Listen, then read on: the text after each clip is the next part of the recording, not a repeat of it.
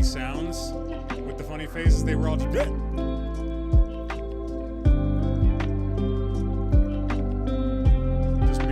Just me doing normal thing. By the way, that's the emotional range that I go through in a full day.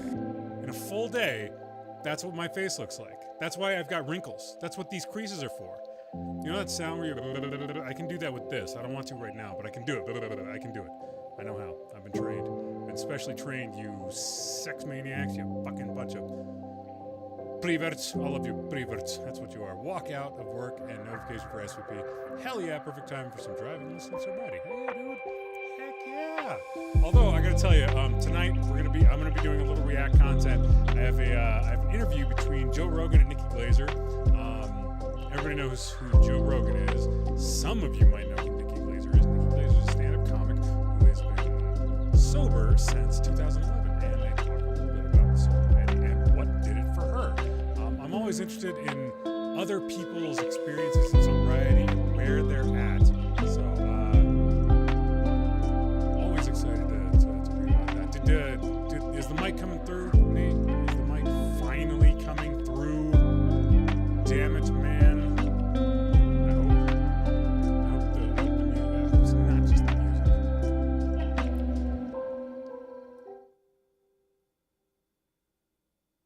Music is way louder, huh? All right, well, there we go. I turned it down a little bit. Sorry about that. Yeah, it's, I forgot to change the settings after the last Hunt stream. I always play with the music super, super loud on the Hunt stream, and I forgot this time, so my bad. My bad, everybody. Hope you'll forgive me. There we go. Much better. Mucho gusto. Me gusta mejor. Me gusta mejor. I probably turned off like a bunch of people too. Like they were like, nope, can't deal with it. The music is too loud. You know what? You guys got a little extra music. All right, you got one full song by Snapdragon, and it was barely ruined by me being an idiot in the background of it. So yeah, thank you. Appreciate it, Nate. Appreciate it, bruv. How is everybody doing? Good evening. Welcome back to Save vs. Poison. My name is Will. I'm your host. As well as being your host, I'm also an alcoholic in recovery. Yay! So, yeah, Brick, I had no idea what was going on with all the weird typo stuff. That was what the faces were about. That was why we made weird faces at the top of the show. What else? Oh yeah, we're doing Joe Rogan, Nikki Glazer interview for the sobriety portion of things. She's got an interesting story about how she got sober and how she came to want to be sober. I like looking at celebrities Because I find that not only are celebrities so incredibly public, but oftentimes their issues with substance abuse gets kind of pushed to the margins. But if you talk to any of them that are, working a program or in sobriety, oftentimes they're more than happy to share. Like early on, we did the thing with Dax Shepard, and he tells a brutally honest story about a weekend he had where he was like, and then I just lost that weekend. That weekend was gone forever, and I have no idea where it went, other than the fact that this much coke, this much booze, this much this much system, or not system, this much substance in my system. So yeah, it was a lot. It was a lot there, dude. It was a lot.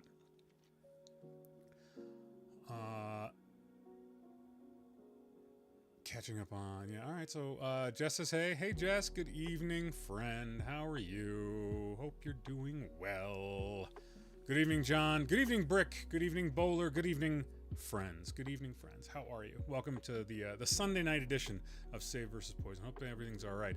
Getting another aircon installed today for the girls' room. Not cheap, system cheap. Installed twice the cost, but after seeing the summer U lot and Europe had no interest. It's been basically a standard.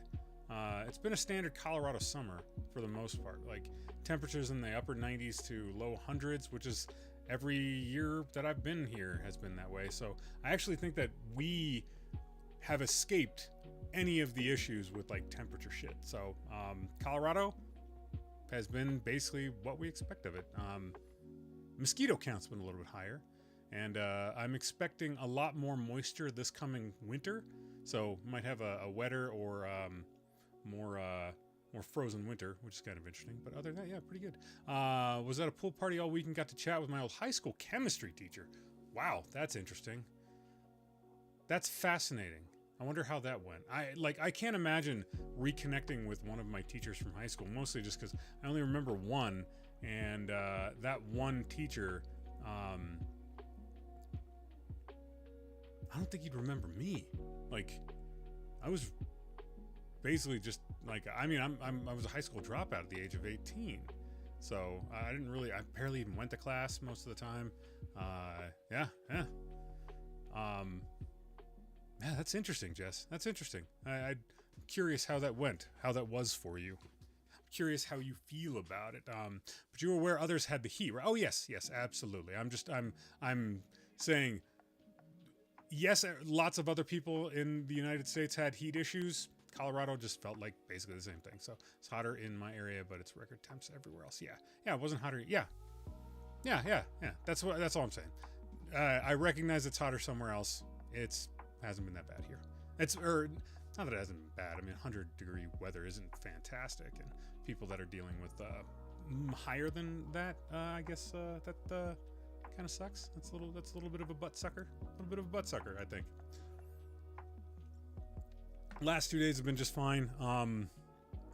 Basically just spent most of the time with my wife hanging out. My kiddos yesterday were out amongst the human folk, doing birthday shenanigans for some friends of theirs. And my wife and I basically out the day. We at home by ourselves. We did a bunch of cleaning and some errands and played with the dog, and I mean that was pretty much it. It was pretty relaxed yesterday. Played some Ghost of Tsushima last night, which I started a while ago on the PS5 and really am enjoying the crap out of it. I just, I get the gamer ADHD thing going on where I'm like, listen, it's time for me to change to another game. It's time. I have to do it. I have to do it right now. Got to look after them squishy babies, and more importantly, getting them out of your room. No, I get it, dude. My youngest still sleeps in our room, and it's frustrating for me. Frustrating. Because sometimes you just want to wake your wife up and seduce her. Or sometimes you want to be seduced. And it's really difficult to do with a 9-year-old in the room. Daddy, what's that? What are you doing to Mommy? Mommy, what are you doing to Daddy? That's terrible. I loved it. He was my favorite teacher. Well, he's everyone's favorite. He did an excellent job teaching, but more importantly, he made us feel seen and heard. Too many adults don't do that with kids. There's this fine line between treating children with an appropriate amount of care and letting them assert their personalities. Because like, you want to give them enough license that they feel like they can have conversations, but you also recognize that the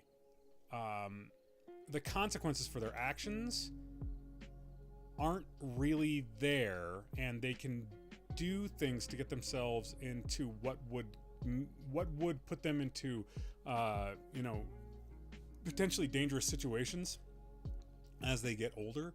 And the last thing that you want to do is enable them to continue making those decisions. But you also want to make sure that, like, you don't want to coddle, you don't want to oppress, you want to try to empower, but with a respect for the fact that there is a definite difference between children and adults. And of course, as you get older, those lines start to disappear. You know, my 14-year-old now he can leave the high school grounds when he wants to.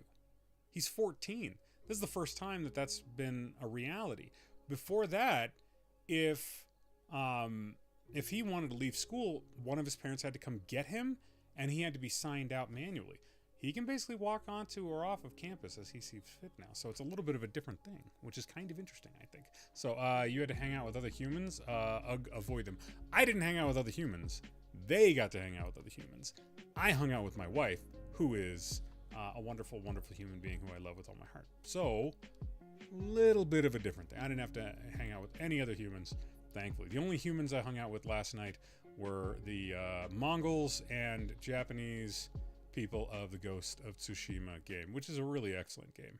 It's really well done. I always thought that because one of my favorite games for a while has been the Neo series of games, I always thought that I would miss being able to do like magic, but the creators of Ghost of Tsushima really did a great job of layering in some fantastic gameplay systems and making a world that really rewards exploration and kind of a thought towards thoroughness. And like, it has no bearing on in-game mechanics whatsoever. One of the things I love doing after a fight is sheathing my sword, because you play a samurai, so he does the whole like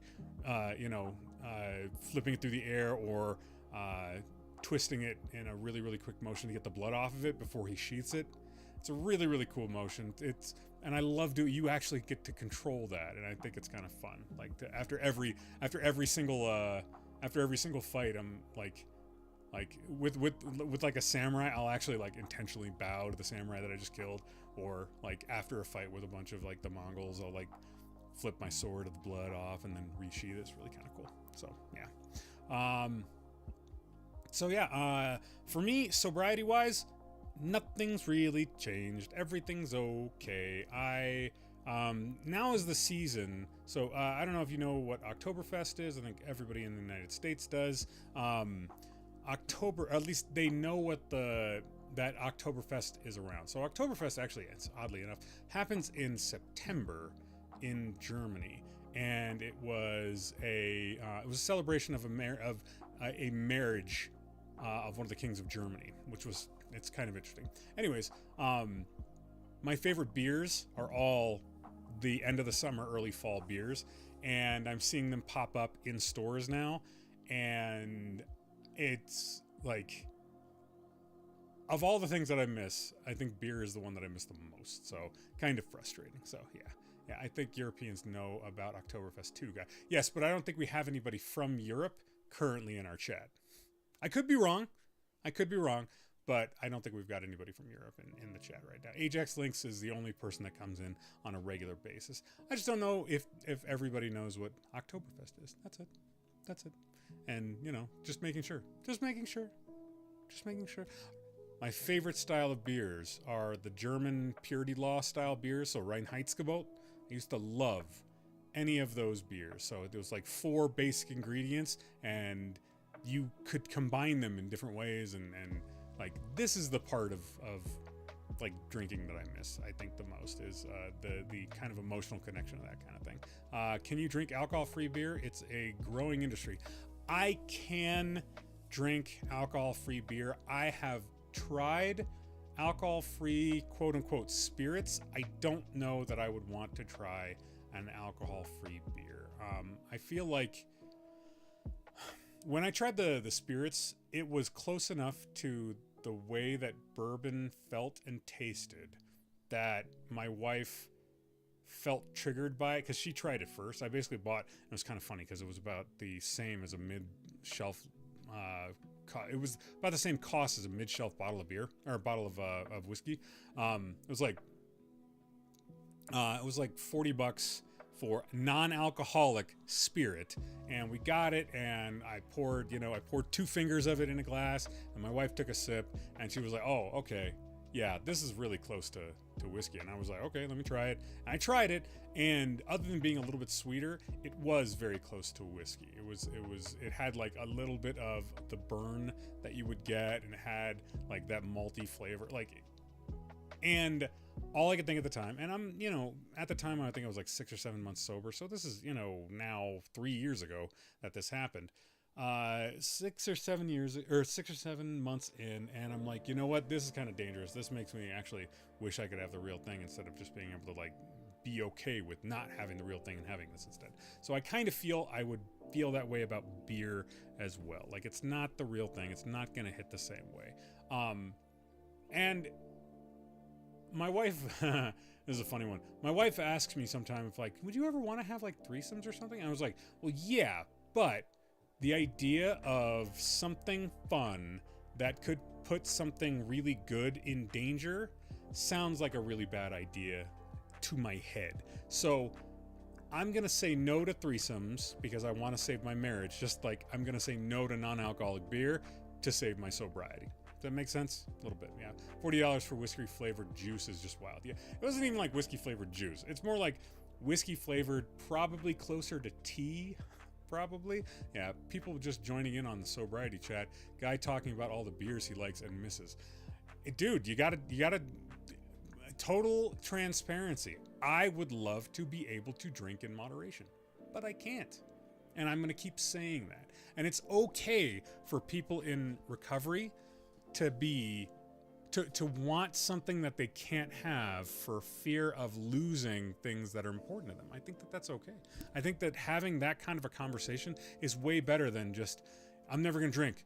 I don't want to drink. Like, that's lying to myself. I'm fucking lying to myself if I say it. I don't want to lie to myself. I don't want to lie to you. The lie to the self is the worst kind of lie, because that's the one that gets you in trouble. The lie to other people, it can get you into trouble, but for something like that, nah. I think in recovery, lying to myself is definitely the worst thing that I can do, as far as being honest in general. You know what I mean?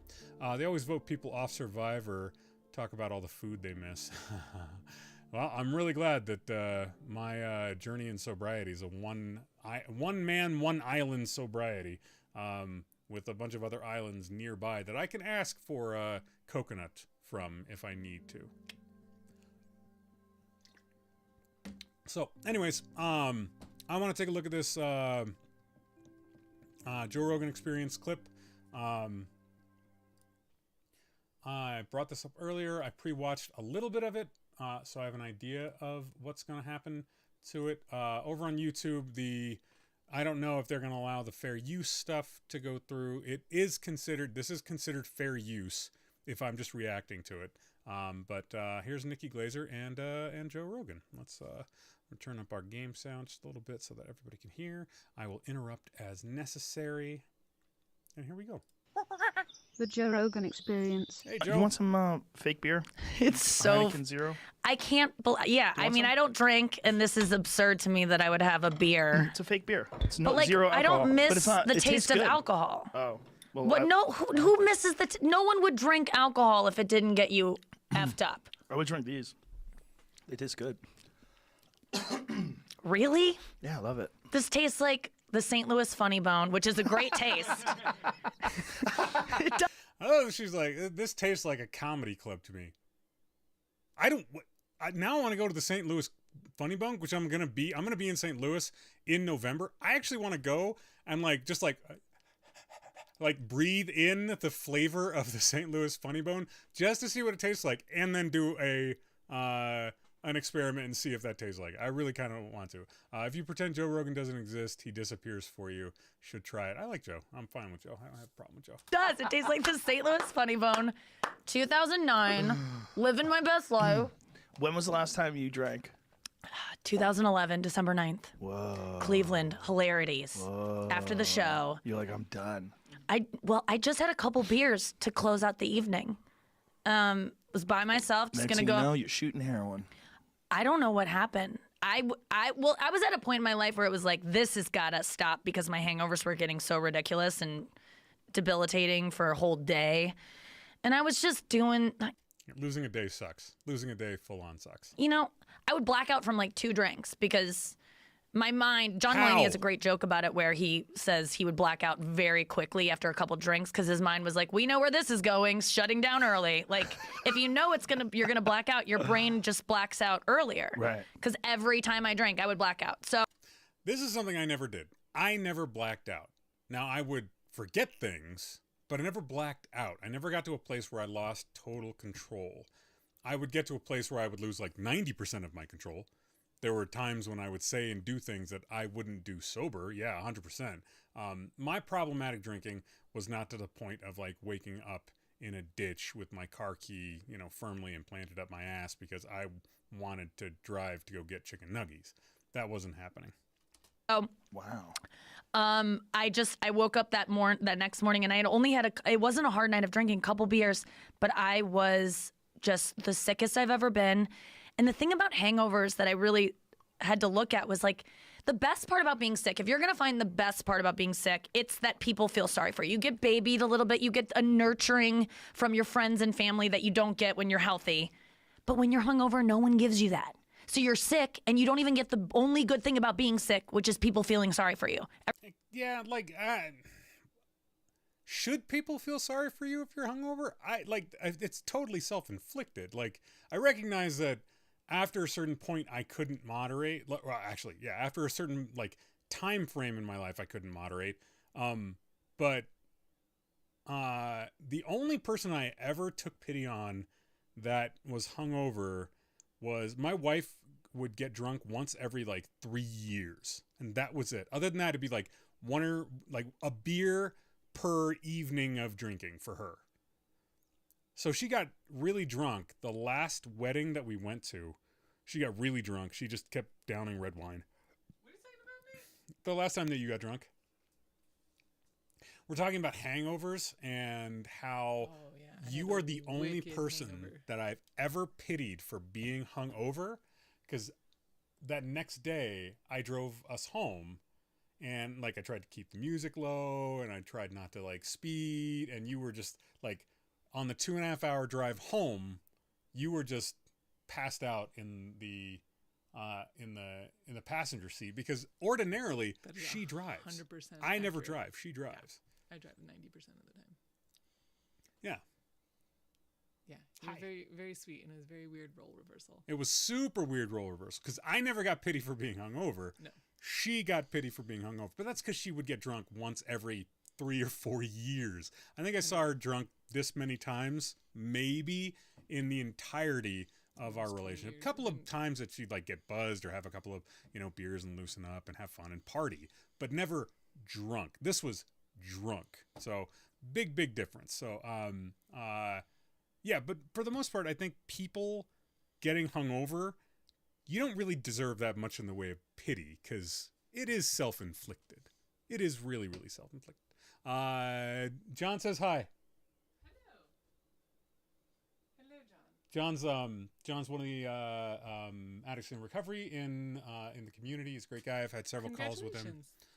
He's a little over 3 years. His date of sobriety was April, I think. Right, John? Is that correct? I think April. I think I sent the thing out to you in April. Congratulations. It's either April or June. I can't remember. The dates all get friggin' all over the place inside my head. What's that? Nothing. When's what?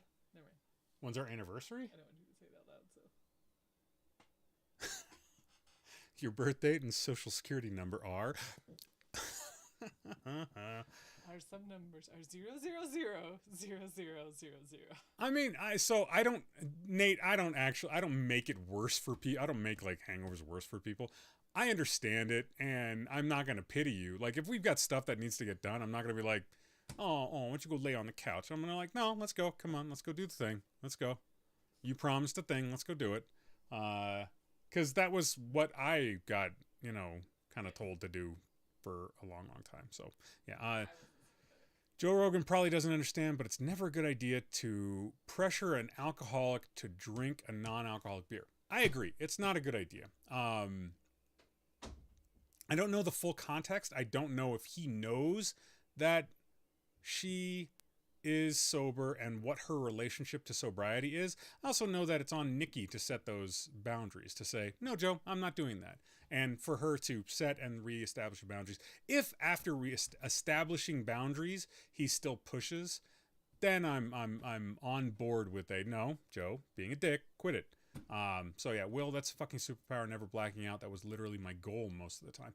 I just wanted to get too drunk and keep the drunk going. The problem was when I got the drunk going, I would start making mistakes and treating people poorly. But weren't you actively hiding how much you drank, hence hiding how hungover you were? That had to be harder. I did a good job of doing those two things. Like, I would work hungover as fuck. And I still, I was good enough at my job that me hungover was still 85%, better than some of my contemporaries. I was really good at what I did for a living. So, and that's not, it's so, I was so good at what I did for a living that the surgeons that I worked with didn't even know that I was hungover. Like, when I told my plastic surgeon friend Todd, who's the guy that I most recently had been working with, that I was an alcoholic, he didn't believe me for 3 months after I told him. I told him, and he was like, and a year later he was like, yeah, I didn't believe you because you always showed up for work. You always did, you always did really, really good work. And I was like, yeah, I was really good at lying and hiding. That's not something I should be proud of, and yet I still take a strange kind of pride in it. Dude, we get so good at working hungover for real. Yeah, we do. We do. Because we want to be able to keep drinking. We don't want to get caught. It's not that we don't want to... I didn't want to fuck up somebody's, life, but I didn't want to get caught and then have to stop drinking. So that was the primary motivator, which of course is just this vicious cycle that keeps going. But all weed smokers think the same thing. Nobody knows, guy. They knew. I mean, the surgeons that I worked with didn't know. Weed smokers, I don't know. I don't have any weed smokers that are close to me in my life. They just didn't want to say anything. I mean, Todd was an undercover narcotics cop. I don't think that he's somebody that would have sugarcoated anything. If he was worried that I had a problem, he wouldn't have let me in the OR. That's it. This is not somebody that has an issues with setting boundaries. And neither is Dr. Snyder, who was another physician that I worked with for years and years while I was hungover. Are there other people? Maybe. I mean, it's anecdotal and it's only my experience, so I can't give you, more broadly anything than just that. So yeah, it's possible. But for the ones that I talked to, almost every one of them was like, "What?" Or they just didn't believe me when I told them. So yeah. Yep. All right. Everyone's like, you piece of shit, you did this to yourself. So I was in the shower, in the fetal position, thinking, this is how I should feel if I'm dying. I really don't want to feel this bad unless I am on my way out. So I'm not doing this anymore. And I read a book and I was done. What was the book? The Easy Way to Stop Drinking by Alan Carr. So that's so fucking weird to me, right? She read a book and she was done. Now I have another celebrity that had a similar experience. She was a meth addict, and apparently her sister told her, yeah, this is not okay. After 7 years of being a meth head, she was her sister was like, listen, you can't do this. This is not okay. Maybe you should quit. And apparently she got into rehab the next day and she's been clean ever since. Really kind of funny stuff. It's the easy way. Easy way is you read this book and then you're done at the end of it. And what Why? he does, well, I used his method to stop smoking. The Easy Way to Stop Smoking by Alan Carr. So many people have read it. It's the one book that when you've tried everything else, nothing else works. This book, my mom quit smoking after 35 plus years. Really? So many of my friends, I heard about it, I think like Ellen DeGeneres and Ashton Kutcher. I heard a bunch of celebrities kind of talking about it. I read the book, and you can smoke while you read it. And then by the end of the book, he just promises you, he goes, go, have a cigarette. And you're just like, no, I don't want to, and I does don't he need say? to. His method is, and this is the thing he does with drinking, any excuse you have to do that thing, he talks you out of it. He tells you a reason why your excuse is actually bullshit and there's no science behind it. And he disproves any reason that you have to do it. And we've been brainwashed by tobacco and alcohol industries to believe that quitting is really hard. And quitting alcohol is hard if you have an addiction. You can like die from it, obviously. But with tobacco, it's part of their propaganda to tell you that it's hard to quit smoking. They're the ones pushing that method or message, which seems like, why would they tell people it's hard? But they're doing that because if it's hard, you won't quit. So that has been their message, to be like, it's so hard to quit smoking. It's so hard. When really, it's not. It's not? No. The withdrawal symptoms of not. I think she should caveat that with it's not for me. For some people, it can be very difficult. I don't think that this is another one of those moments where like I'm like, blanket statements don't work. You have to caveat things with, this is easy for me. There are parts of sobriety that are easy for me. There are parts of sobriety that are difficult for me. There are parts of sobriety that are easy for John that are not easy for me. There are parts of it's different for everybody. So I really feel like she should have caveated and said, for me. Smoking last up to 2 if weeks. she I think knows. it's less than that. I think it's like 7 to 11 days. And the discomfort caused by wanting a cigarette is the same discomfort as being a little bit hungry. You're a little bit annoyed. It's like, it's not insurmountable. It's uncomfortable, but it passes after 7 to 11 days, I think it is. And then it's all, even when you're going through it, it's not that bad.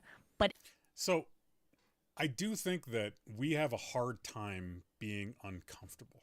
I think we have a very hard time getting ourselves to a place where we're uncomfortable, especially when the benefits of being uncomfortable are hard to see down the road. Like, for instance, it took several times from my 20s into my 40s of working out sporadically before I started doing it on a regular basis, because working out at the beginning is very uncomfortable. It's very uncomfortable.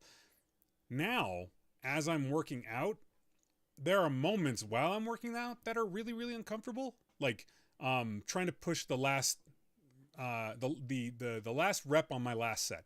That's uncomfortable. That in and of itself is uncomfortable. But the period afterwards, the period before, none of these things are actually that uncomfortable anymore.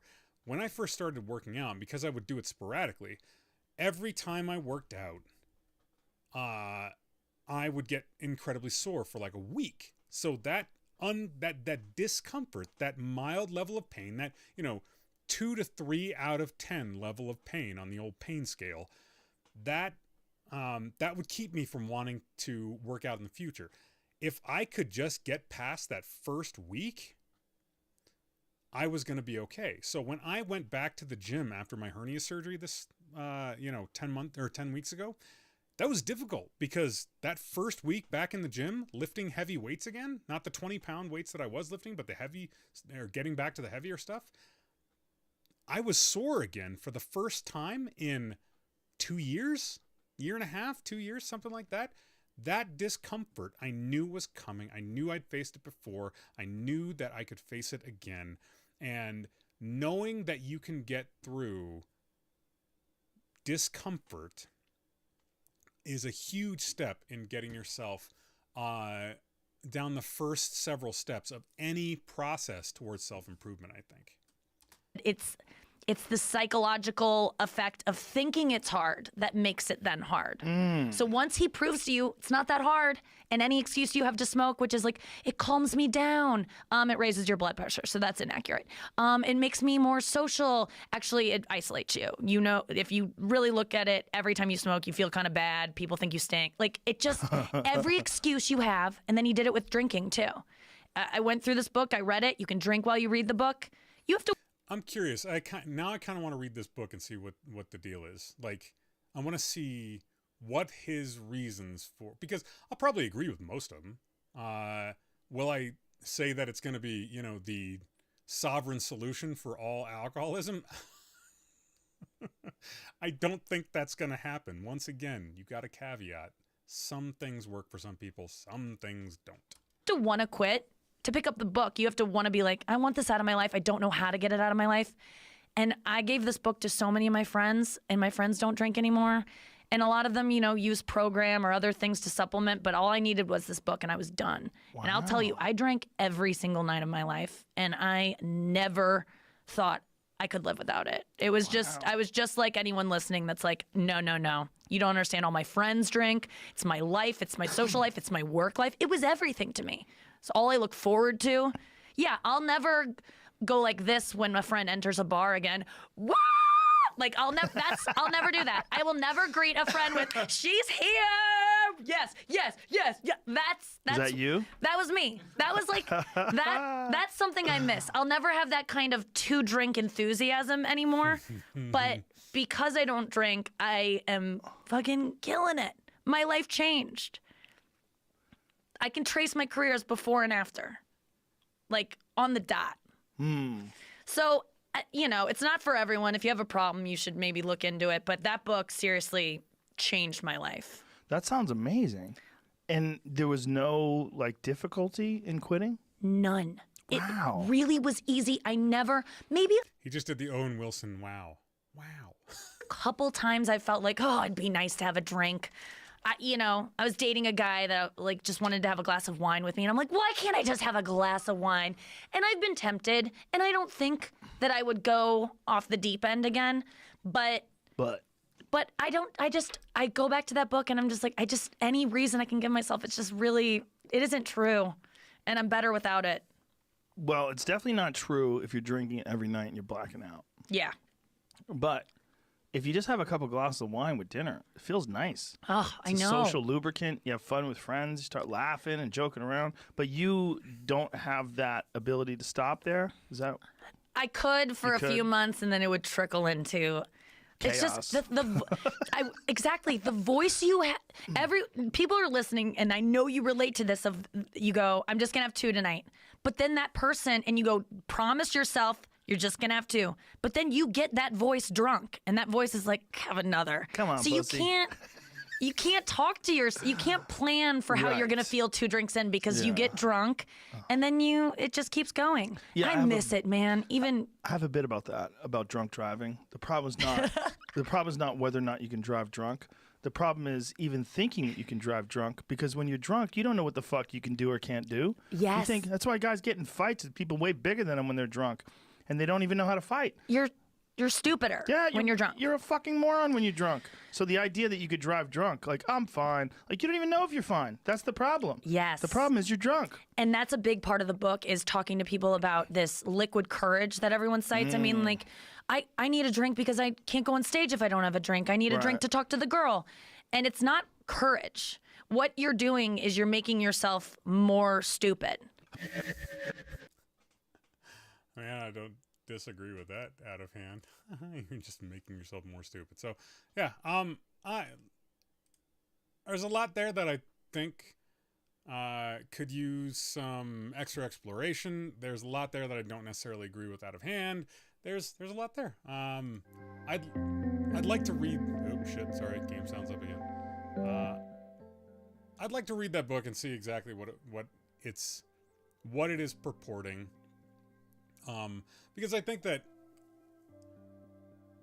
just like my skepticism with the Sinclair method and the use of naltrexone and cognitive behavioral therapy, I think that there is a space to explore any method of getting sober, provided that you're not hurting other people. I think that there's a space for that. So I'm comfortable challenging my preconceived notion. And to be perfectly honest, it's conversation with John and it's conversations with Tiki, and then seeing other people's anecdotal evidence over and over and over again, that even without strict empirical evidence, I'm at least open to the possibility that these things do exist and can work. So, yeah. So I don't know. I thought it was interesting. I like Nikki Glaser, and I recognize that Joe Rogan's kind of a polarizing figure, but I've always liked Joe. He is a meathead who makes no excuses for being a meathead. He is what he is, and he puts that out there, and people like it or they don't, and that's okay, because, it's what I'm kind of trying to do a little bit.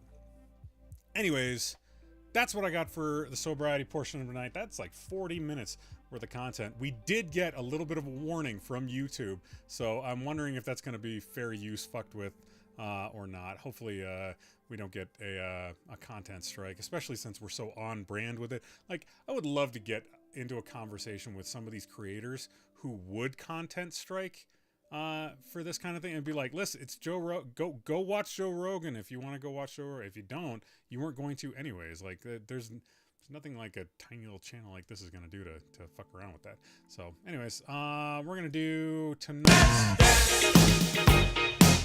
David Blowy moment of the evening. Ladies and gentlemen, if you haven't seen it, if you don't know what it is, this is my breathalyzer. I'm going to put my lips up with this beautiful little tip. I'm going to blow it till it stops squealing.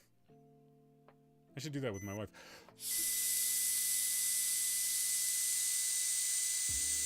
And I bet you we got zeros. Oh, I was right again. Look at that. A no-looker again. I love it. I love a no-looker. All right, we're going to get into some Remnant 2 gameplay here in just a minute. I'm excited to play some Remnant. I like Remnant quite a bit. We've got lots and lots of stuff to do in Remnant. The game never ends. You know what I did the other night, though? I did some farming. For scrap. Man, you go through scrap so fast. I don't think my weapons do nearly enough damage, so I was doing a little bit of farming, see if I could get some resources to make the pew-pew better pew-pew. If just like every evening that we play any game, you are welcome to hop into the stream with me at any point in time. You also can hop into the stream channel and bring up conversational thoughts, opinions, notions, feelings, conversation starters, anything that you want. Anything you want. I'm happy to entertain all that noise. Happy to. Na na na na na na na na na na na. Waiting for a computer to load this game.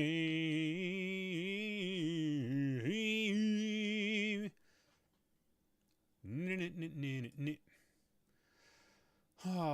What do we got this week? We're back in the gym. That's no surprise whatsoever. Yeah, back in the gym. Kids are starting all sorts of activities. It's gonna be a busy fall. My oldest has hockey. I think this week I'm gonna take a look at our schedule and see what nights I'm gonna be streaming and recording podcasts on. Cause hey Cinco, what's up, buddy? Good evening, Cinco. I see you over there in YouTube land.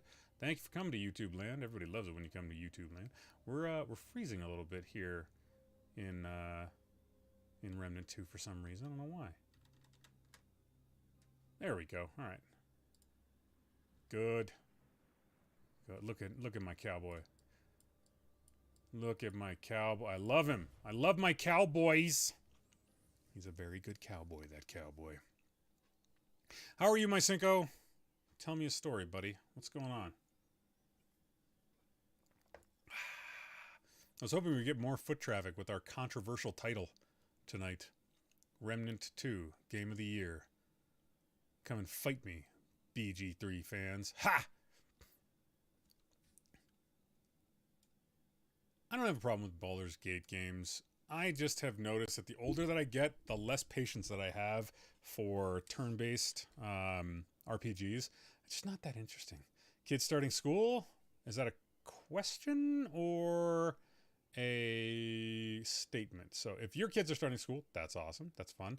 Mine are absolutely starting school. Team Starfield, I have some concerns with Starfield. I have some big concerns with Starfield. The problem is your kids are? That's awesome, man. That's fantastic.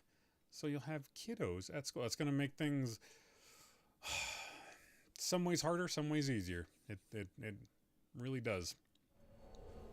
Ooh, we're in and we're at the Red Throne. We could do Red Throne things, but we're not gonna. We're not gonna do Red Throne things. I got concern with you? You got a concern with me? What's up, buddy?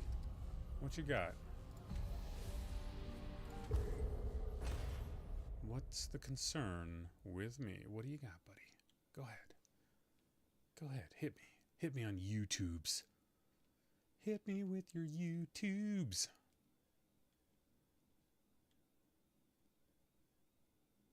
Starfield? Okay, just concerns over Starfield.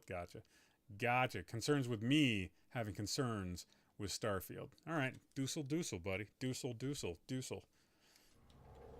You big 6'4" monster. Guys, Cinco is a fucking beast of a human being. He's like 6'4", maybe 215, 220, and he has a V-shaped torso thing going on that, and he does it naturally, so he just looks like a fucking, like a running back, like a big old gigantic sexy run. 6'5", 230. Okay, you grew an inch and a couple of 10 pounds more than I gave you. All right, cheers. Hardened iron. I don't actually think I have access to hardened iron yet. I don't think we get that till the next freaking level. So, yeah.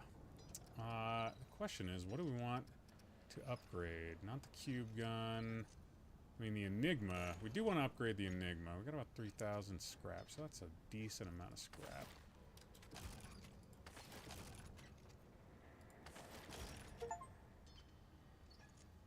Oh, that's a boss. This is a boss weapon. Okay, all right. And it's a great boss weapon too. But we're now out of scrap. We did our work with that, which is good. I got the dad bod now. I heard that's in these days. I'm trying to get rid of what was a like double dad bod from 25 years of having a double dad bod without having a kid for more than 14 of them. Treat you worse. What's he got for sale? Yeah, all right. Rusty metal, the knuckle dusters. I actually kind of want the knuckle dusters. Steel katana. I mean, these are all just a whole bunch of weapons. The Hunt Master is a good sniper rifle. The Widowmaker is, I think, an honest-to-God sniper rifle, I think? Yeah, single-shot sniper rifle. The Coach gun, that's a shotty. Suppressed small caliber automatic pistol. All right then, yeah, that'd be Wanderer. fun too. 2 shots center mass and 1 to the Ah, head. your mom's 2-shot center mass. Take that. Well, I work out 4 days a week right now. Mr. Cinco, you're always welcome to join me. Oh, of course, it's like during the middle of the day, so I don't know if that's interesting to you. Campaign, yeah. Heyo! Heyo indeed, my friend. Heyo indeed. Cinco, we've been playing War Machine again. I knew you got rid of all of your models, but Mark IV War Machine is really good. Really enjoying the crap out of it. Trying to sell off a whole bunch of my old overstock. I got rid of almost all of my magic cards. The only ones that I didn't get rid of were my pre-constructed decks and a couple decks that I built, but I got rid of all that, sold it for like $300, which I think I got I think I took a bath on that. We're going to do this boss fight here in just a minute, which is I mean, this boss fight's a total pain in the ass. I'm not very good at it, unfortunately. Where's Brick when I need him, though? Where's Brick? He's not here right now, which is a bummer. Let's summon our dudes. And then we also have our turret that we'll put down. I miss Magic. Magic was an alright game. And there he is. And wait till the... Yep, there we go. Missed me. Missed me again. Shoot those quick. Missed me. Goes over there. We're just gonna hit him once or twice in the head. There we go. Missed me. You know what sucks? Oh, fuck. There we go. We're okay on the second one at least. Dang. Move. Nope. Fuck you, bro. Ah, he got me with the wave attack.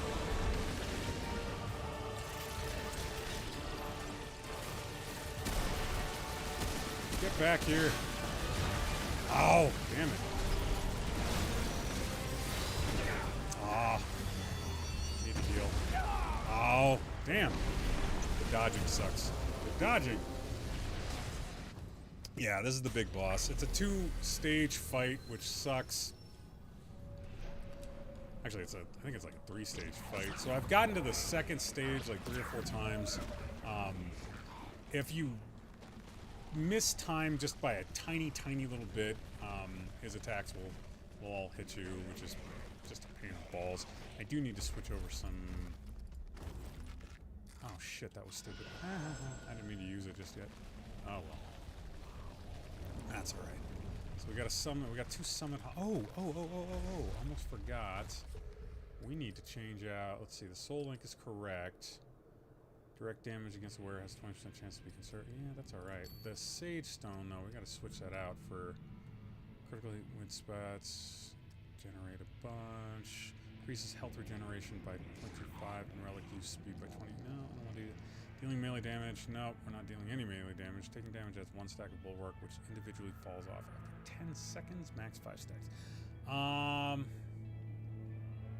That might be worthwhile. That might be worthwhile. Let's try that one. We're just gonna try different builds and stuff. More barrel rolls. You're not wrong. And we put down our turrets. And we scooch out of the way to the side. And you missed. And you missed again.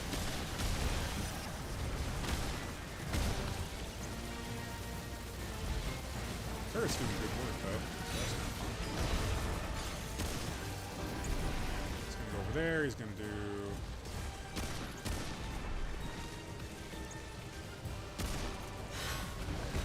Missed me. Fuck. I re-rolled that one.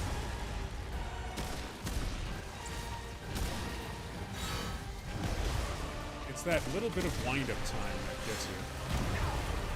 See, there it again. Missed it. Damn. What did I run into? I don't even know what I ran into. Oy.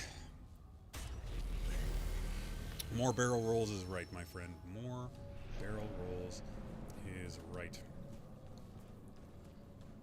I don't know. We've had people over in the basement here a couple times in the last couple of weeks, and I've been enjoying playing games. We introduced 2 new players last weekend, which was a lot of fun. I think we're gonna change out that ring. I don't know what else to change it to though. Increase the armor damage. Man, no, don't want melee damage. Reduce all incoming damage by 3%. Preach 10% of missing health. Don't care about that. Increases crit damage by 30%. Nope, don't care about that. After an elemental status fight, no. Max health is shield for 5 seconds after. No. Restrict square from healing above. No. I don't know, maybe this one? A little more invulnerability time on our... That might make things a little bit easier. That is one big badass looking demon thingy. It is a big badass looking demon thingy. I was gonna look like that big demon damn thing. Alright, let's put down the turret. Look at him. Look at my turret. He's a very good turret. What I should do is bring in the hunter class or the handler class. You missed me. Ah, too early. Too early.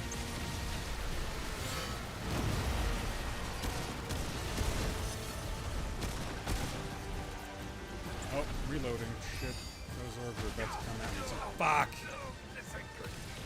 That's not good. Damn! I didn't even see it coming.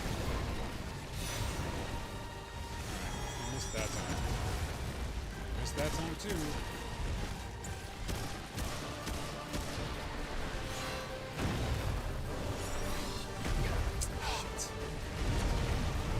Nope, nope, no. Fuck you, bro. Ah. Dude, how the hell do you find people to come over and play nerdy games with? So one, I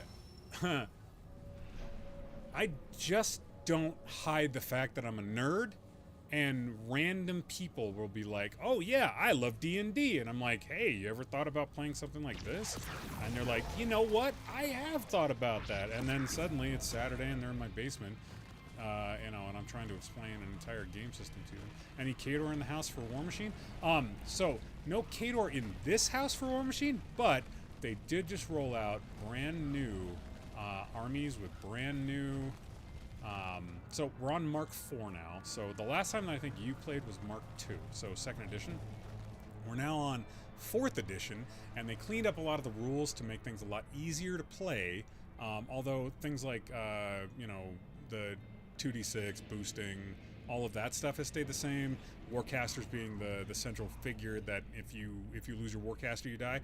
But basically, they progressed through the storyline. They've had a complete update of new model lines. There's a new app. They're treating War Machine now kind of like Magic the Gathering standard format, where they have like the old models will still have rules, but the only models that they're going to balance for are the stuff that they're coming out with now and in the future. So basically, after a couple of years, models will phase into the unlimited section of gaming and still have rules and still be playable, but they won't be the competitive scene. So for like playing in the basement, no big deal, right? We just play what we want to play. But playing for like tournaments, which I never thought, I don't think you ever played in a tournament. I think we played at conventions a few times, but those games were always, none of those games were ever competitive games. I played in a couple of tournaments that weren't convention based, but I never played in a convention at a tournament for War Machine.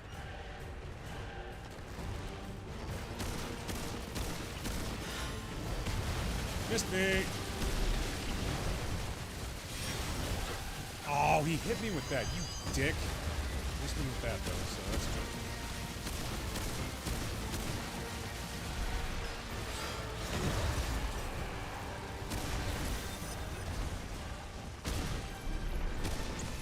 Fuck, moves just enough, damn it!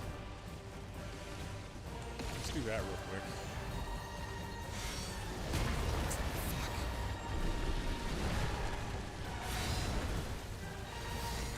Heal. Can't get a healing because this guy's not giving me a chance to.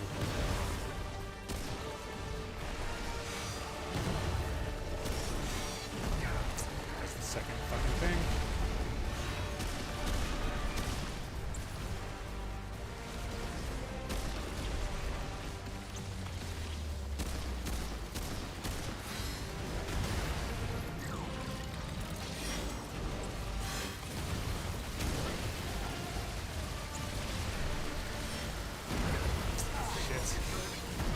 Fuck! Ah! I like that like the arena is small and I can't see. It's so frustrating. I don't like this fight. I haven't liked this fight since I started trying to do it. This is like, I don't know, 20th, 23rd, somewhere in there attempt on this fight. Yep, as usual. Summon my little minions. What's up, minions? Get in here.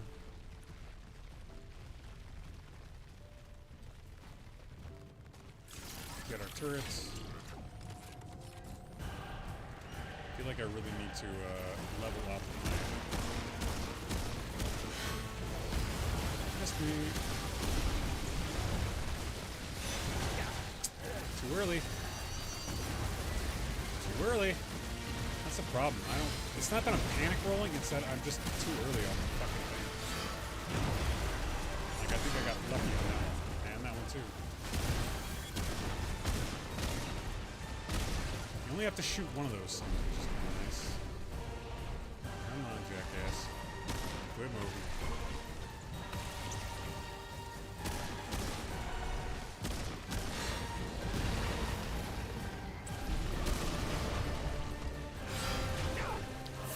Really? How did he get me with that?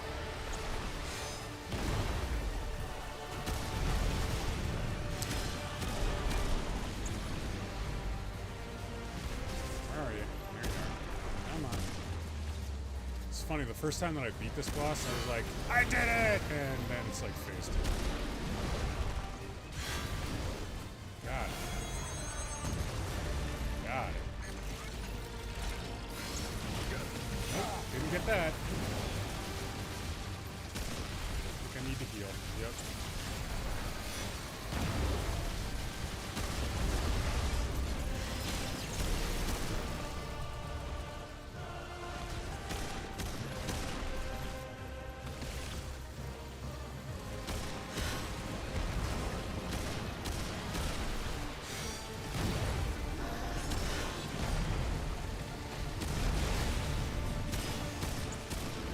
Oh, come on. Goddamn shit. Got it. Alright, so that's the first one, right?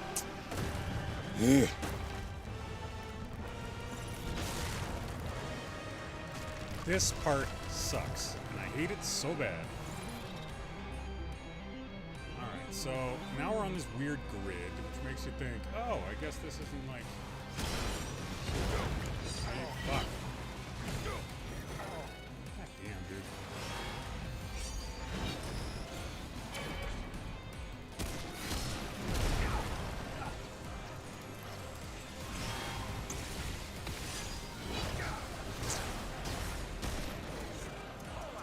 I'm all out of fucking ammo.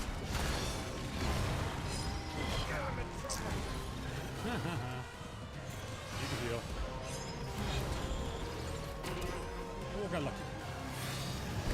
Didn't need to do that. Damn it. Fuck. Go, like, shoot that guy, will ya?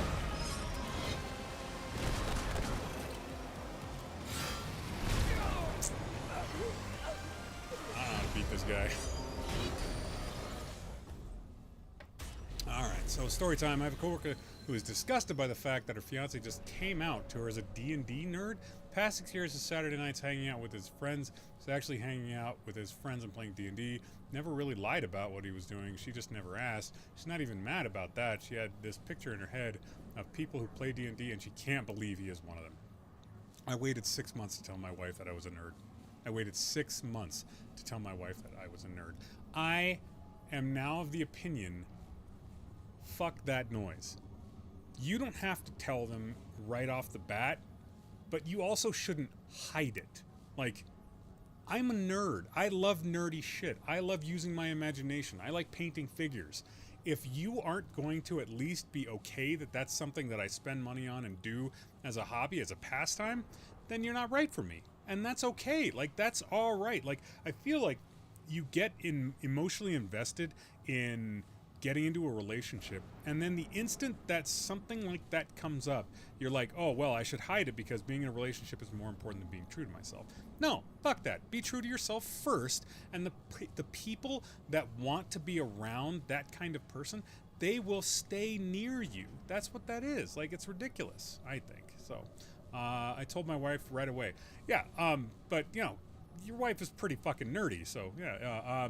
Just found out my a-hole neighbor who killed my dog, super religious D-bag, his wife just had their 5th daughter.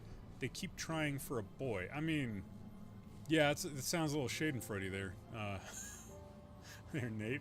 But, you know, I'm sorry that they're an a-hole. What the fuck with the killing your dog? Like, what do you mean they killed your dog? How'd they kill your dog? It's weird. I don't don't know how that happened. How did your... How did they kill your dog? I don't know if I have enough ammunition to play this class. We might have to switch. I think we're gonna switch. I think we're switching from this to... Yeah, this will give us our ammo reserves. We'll do a little bit more damage. Firearms gain 10% reload speed. Yeah, that's good. Bonus down double. Yeah, that's good. Ammo pickups award 30%. Yeah, there's no ammo pickups really. At least not that I remember. After 5 daughters, I give up on a boy. Yeah, I just like. Why would you have that many kids if you? I mean, is it just so? I don't know. I don't know. The monkey funkin' spunkin' do I know? Put a gun to its head 2 years ago today. What? What? You.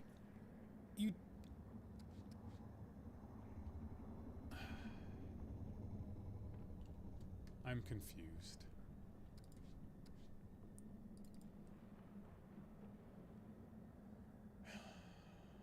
Single shot weapons become fully automatic. Kills instantly reload. Current weapon, yeah. Instead of becoming overwhelming. Yeah.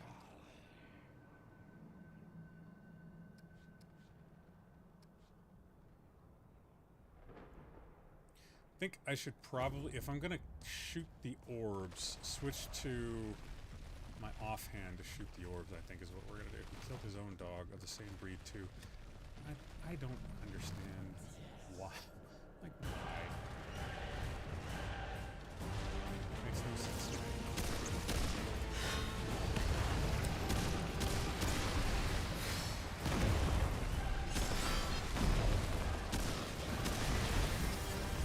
Alright, let's shoot that.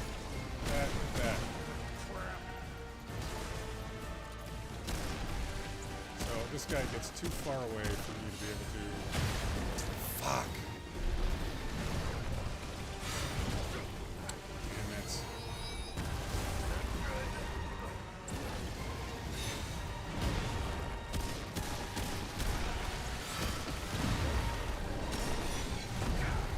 Waste the goddamn timing.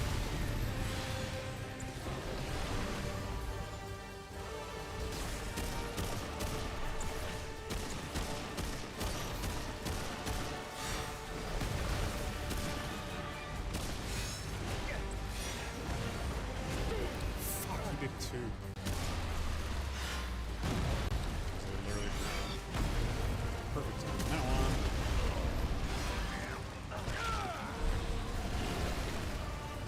Fuck! I panic rolled. God damn. I hate it. Yeah, I wouldn't either. I'll just get the kill the fucking dog. Alright, I gotta go pee. I'll be right back.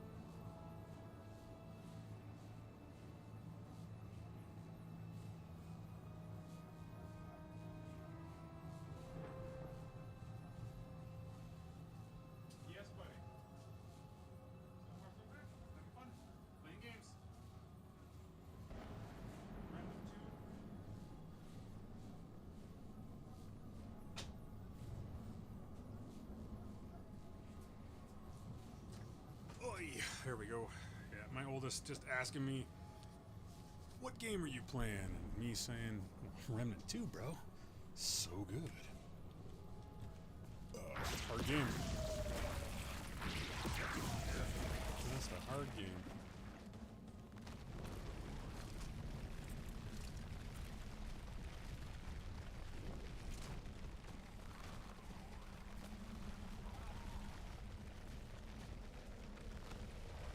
hollows had a little bit more health than they do. They really don't.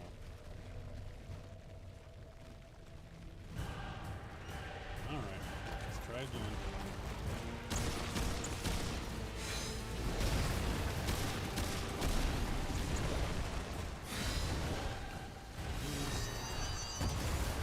Missed.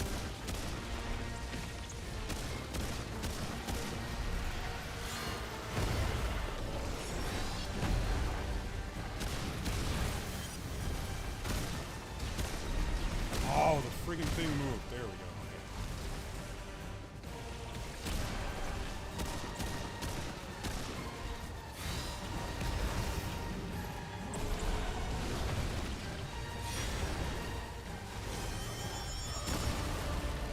I got lucky on that.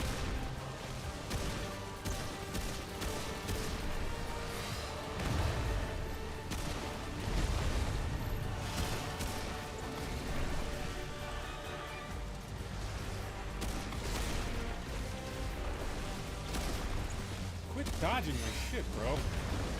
You need to die. Ah. Shit. Oh, fuck. Damn. So that's why we don't use our secondary attack.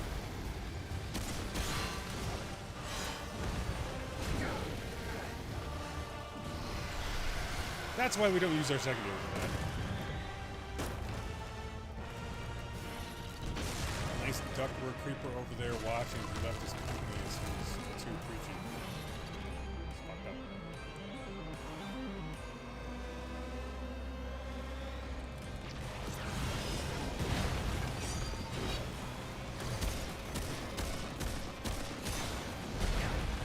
Nope. Not liking that.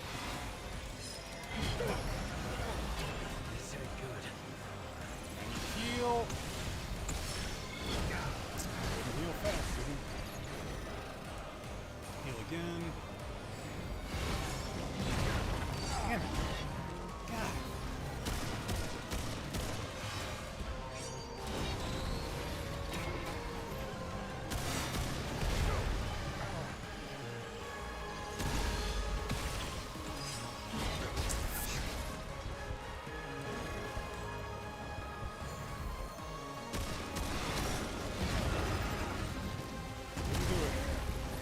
Damn, dude, like, my fucking...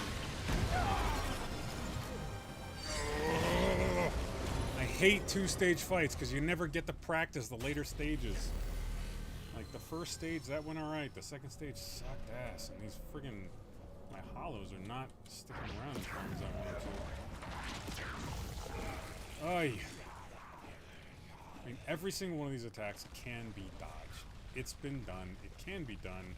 It will be done again. But for some fucking reason, I am struggling.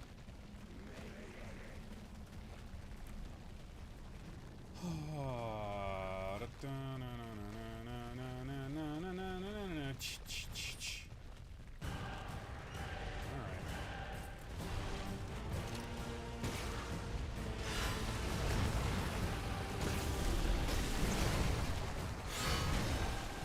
Missed me. Missed me. Oh, you missed me.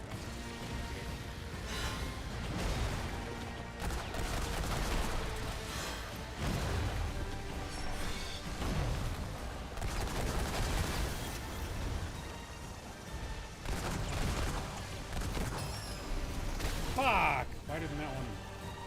I didn't actually die. That's kind of cool. It's like every shot has to be a fucking kill shot. Weak spot shot.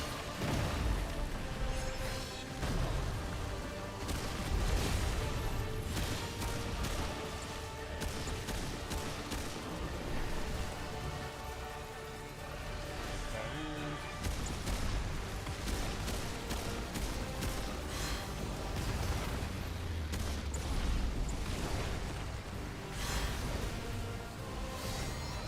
I don't want to get hit by...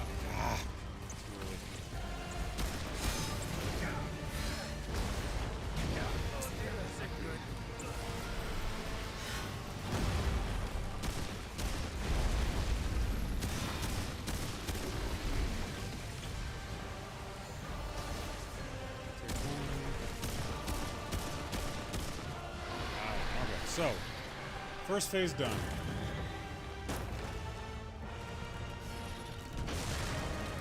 Yeah, skip it. Yep.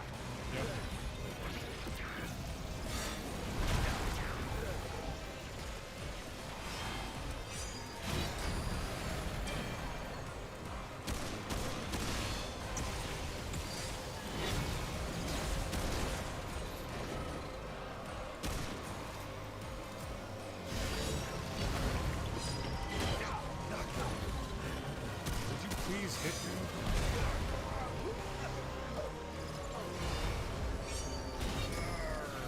Alright, yeah, I don't know what to do. This fight's getting... It's just such a hard fucking fight. Not a fan. Not a fan.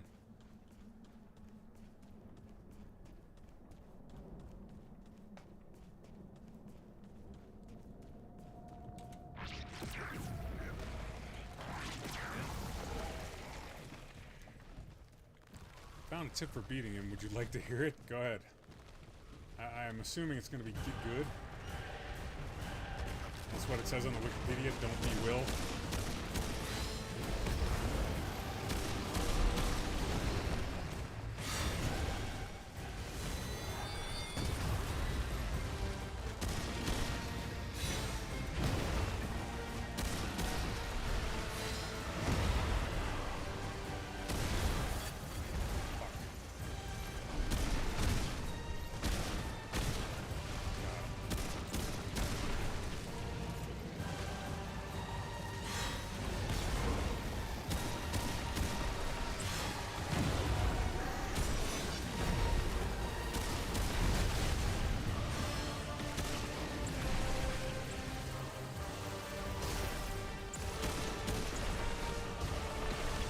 Shot that doesn't hit is just one more round. I need to hit.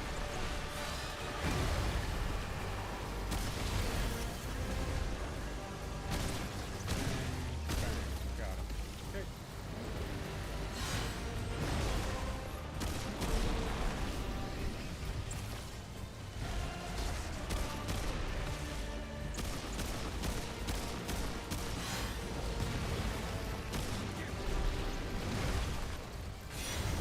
Fuck.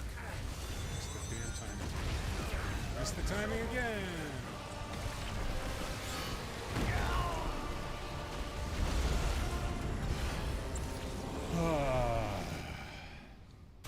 And don't get it. On the next futuristic scenario, if you walk next to Annihilation, you can drop off the map and stay under it. There, you cannot be reached by most attacks except for ranged telegraph attacks, like the glowing balls that appear on the second half of the battle. That's interesting. Alright, we'll try it. I'm not opposed to cheese. Cheese is fine by me. You know what I like cheese on? Crackers. I like cheese on crackers. They're delicious. I don't need a lot of cheese on crackers, but I like cheese on crackers. Here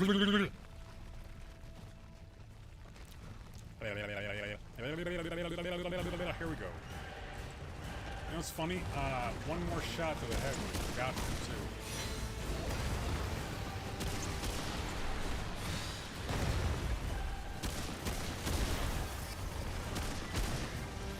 Oh fuck. Barely got hit. He's gonna go up. Over there.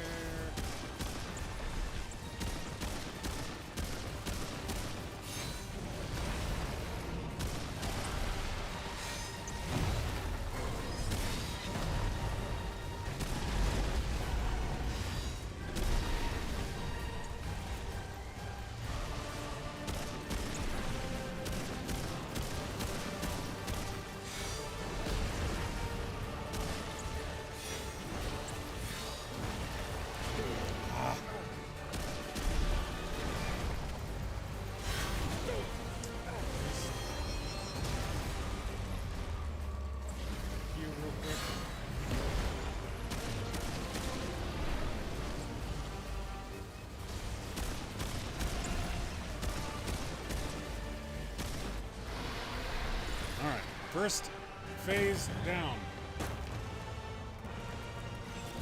So we said walk right up to him. Try it. During phase 2, get right up. Yeah, during this phase.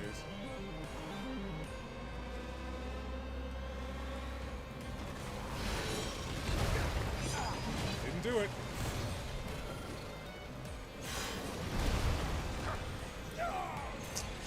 Didn't work. I am now dead.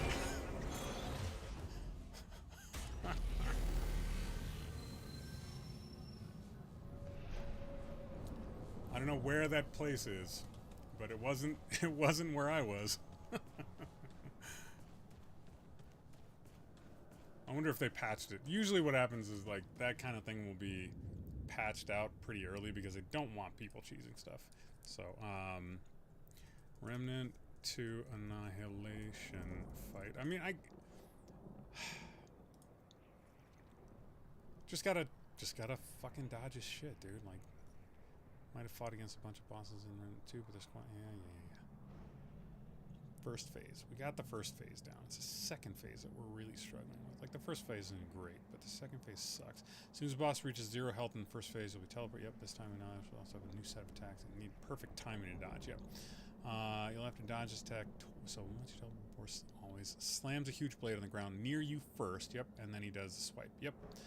First you have to dodge the blade slam, then you'll hear another sword sound cue. Dodge it again since the boss drags the blade to the corner. 2 more attacks where the boss puts the blade on the far left or right hand side. Yeah, I know that. Just like the first attack, you have to dodge these twice at roughly the same time. When the boss takes the blade from the right side to the left, some ammo will spawn on the field when the attack ends. It's kind of good. In this phase, the boss' small head is its weak spot, which can be quite hard to attack. Not too bad. Running low on health, it's easier to use a relic when you're in the dragon phase since it attacks slow and gives you time between. Yeah, I don't get much time during the tech phase.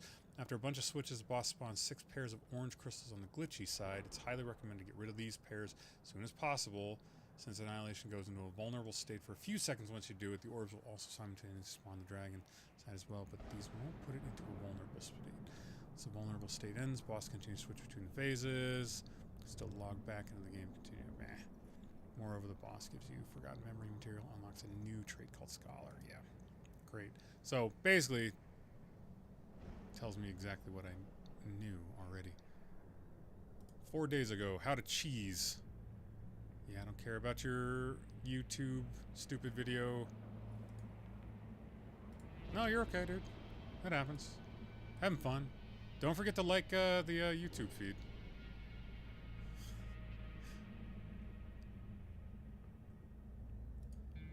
Let's see. Important notes.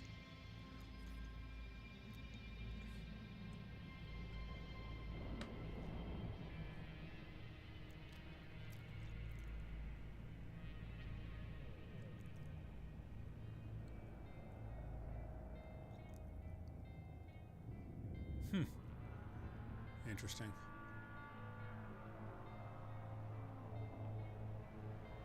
Yep.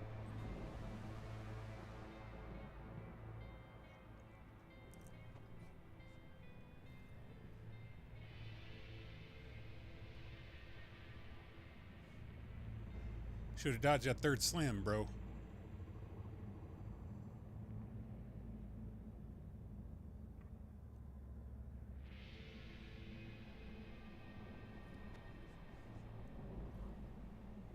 Yep.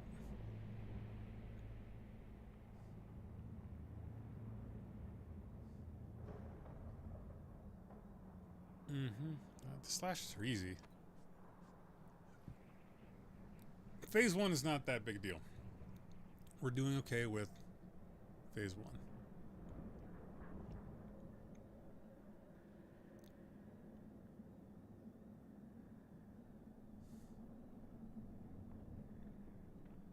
Yeah, be patient. That's something I had to work on.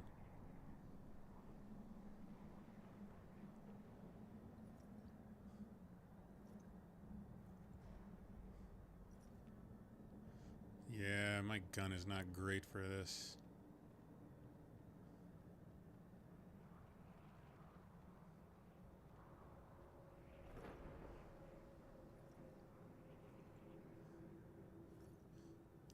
Get to phase 2, please.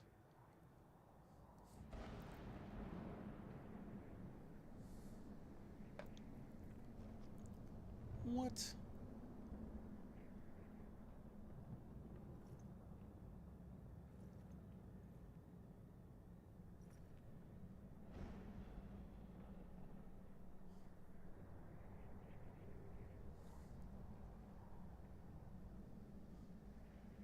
How do you get to it, though?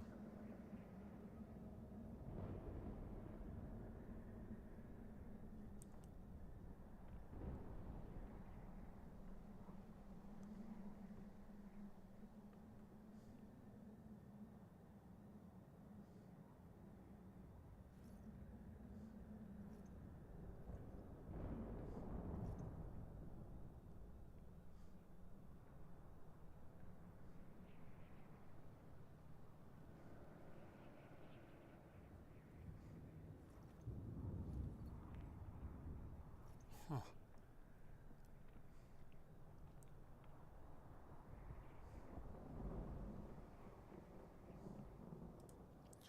So, yeah, this is the cheese thing. I don't know how he gets it to work. Like, I just fell off the world. I guess we'll do some experimenting. I was trying to beat this guy straight up. Feels cheap.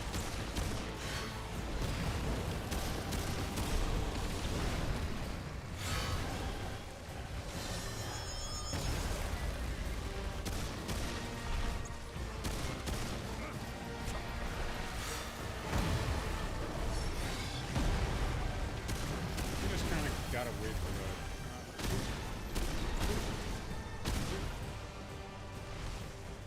Poop their snoots.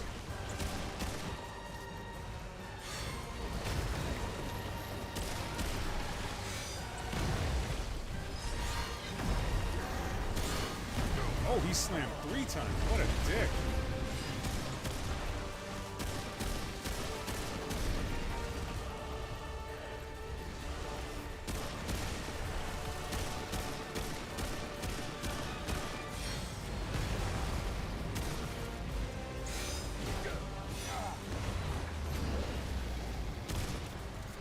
Didn't take the second hit, which is nice.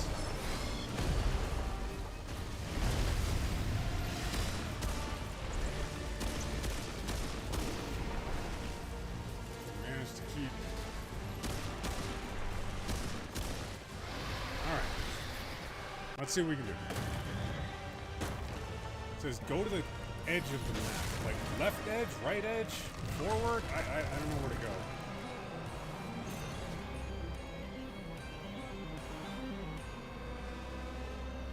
So I guess we'll go. I mean, yep, I took damage there. Yeah, I don't know where to go.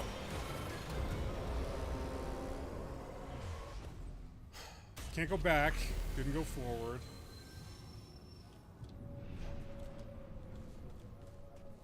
It didn't work anywhere I went.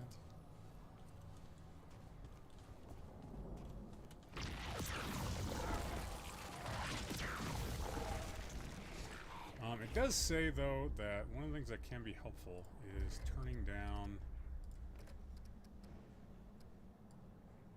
the music. And just listen for the sound cues. Which I'm fine with doing.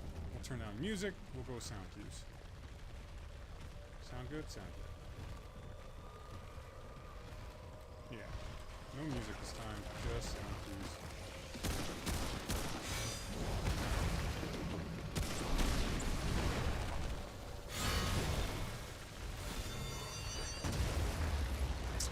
Missed the sound cue.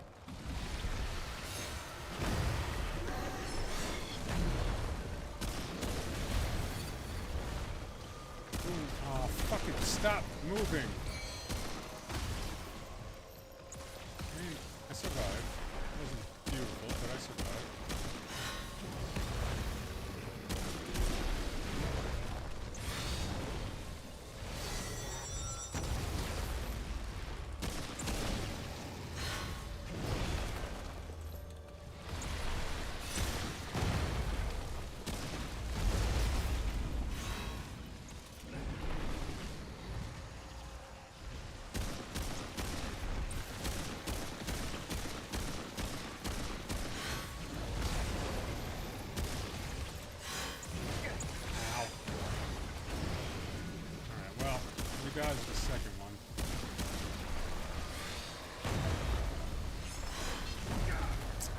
dodge the third one. That's funny.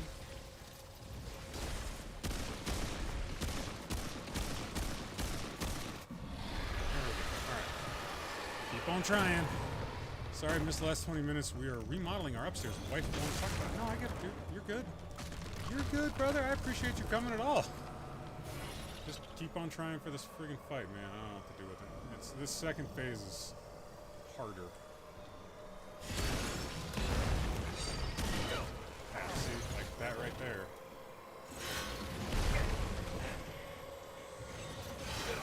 Yeah, see. I mean, great, you fall through, but you just die.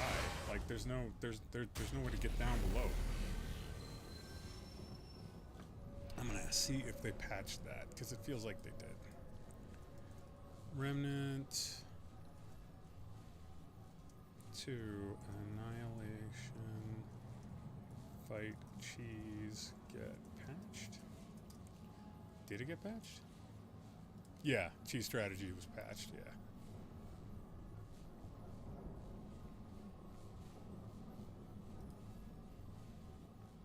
On a different note, would you be interested in painting some of the Witcher models? If you're asking if I'd be interested in painting them with you, like if we wanted to do an evening of it, that I would do. If you're asking me if I would do it for you, I have such a huge backlog of stuff that I'm trying to get painted that's going to be difficult for me to do. But if you want to get together and paint together, then yeah, we could do that. We could do that. I'd be happy to do that.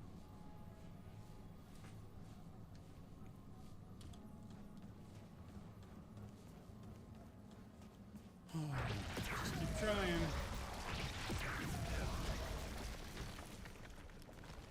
I mean, this second phase of the boss fight is just brutal. First phase, not too bad. Second phase, brutal. Brutal. That sucks because we're not like, I don't think we're getting, yeah, we're not getting any XP for this. There's no XP, there's no, like, no scrap. I'm literally not gaining anything by doing this.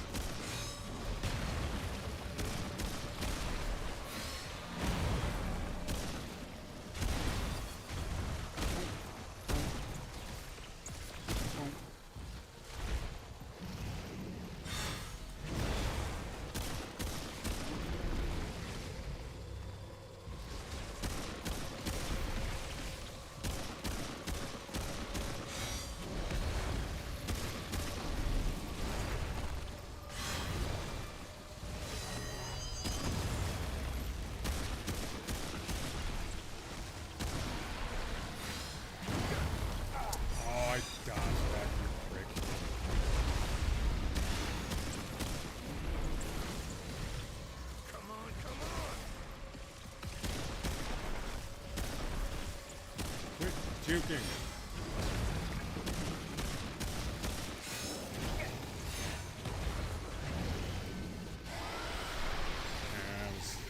First fight.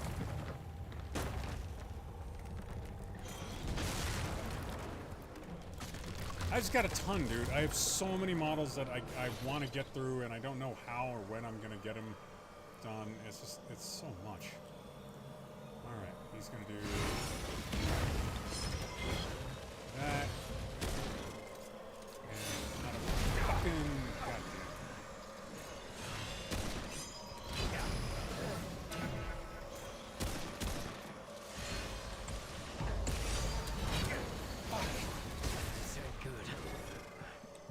Can I please?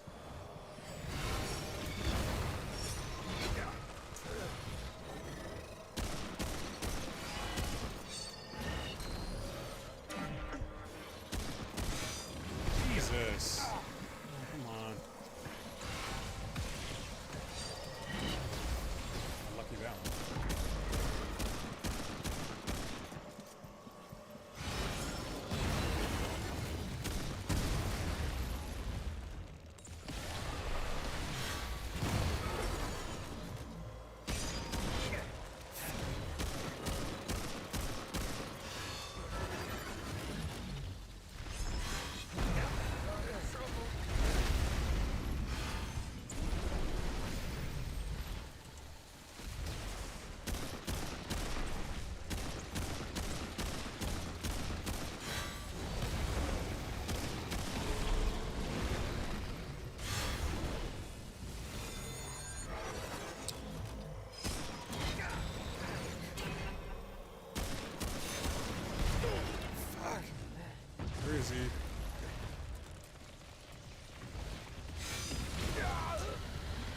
heal fast enough. Dip, dodge, dip, dive, dodge. Yeah, dodge into the energy beam pop up. Yeah. Never heard the term cheese used like this before tonight. Learn something new every day. There's just so much going on in the boss battle. That's a lot, dude. That's a lot. Like you're flipping back and forth between worlds, and you're trying to like dodge horizontal attacks, and then the tentacle things coming down. Like, it's so much. And trying to get like heals off in between.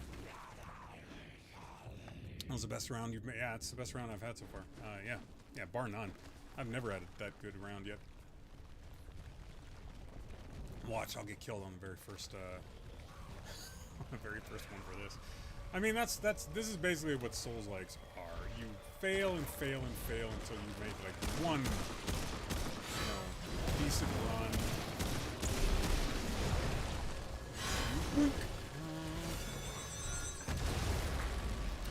And I was trying to get out of that area.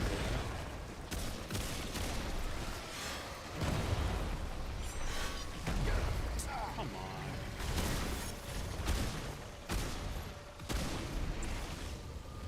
I need to heal. I hate it when I have to heal in the first phase of the fight.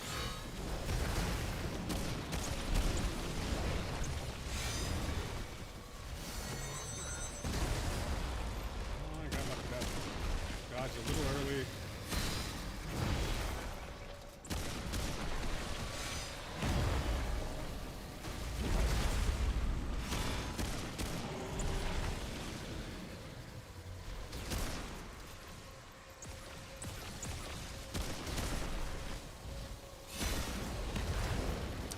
Lucky. Miss. Fucking thing. Lucky. Told you.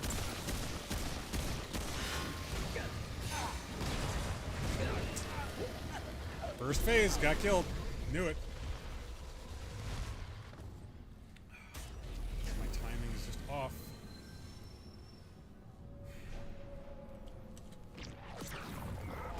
Just gotta keep doing it.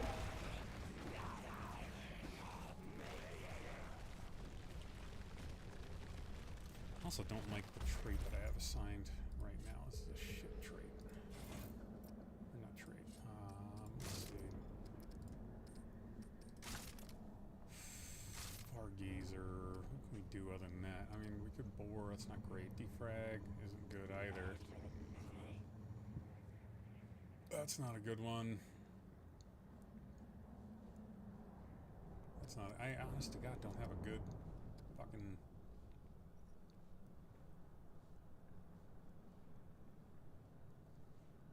I mean, that one's okay.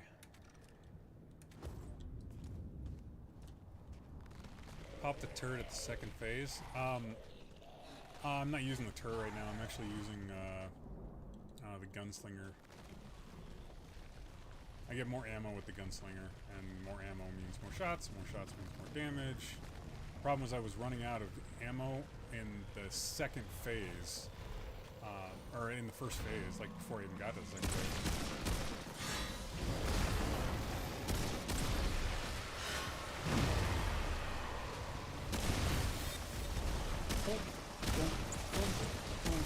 It moves! Fuck! It's moving on me. Goddamn technical sword.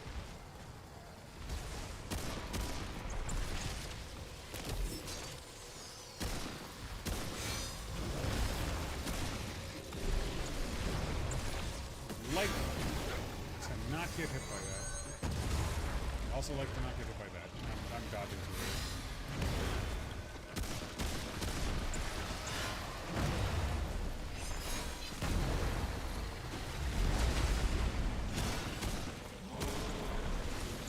Missing all my shots.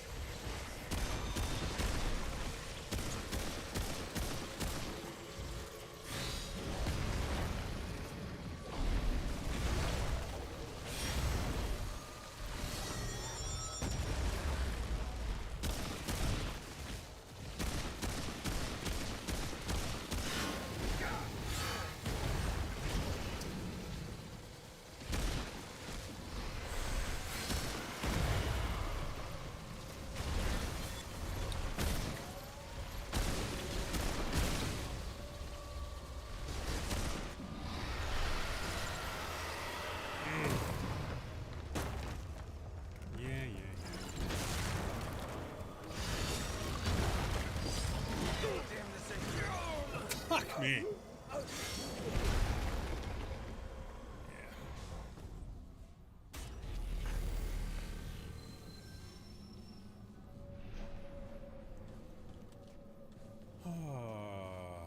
Just get my dick kicked in left, right, and center, everybody.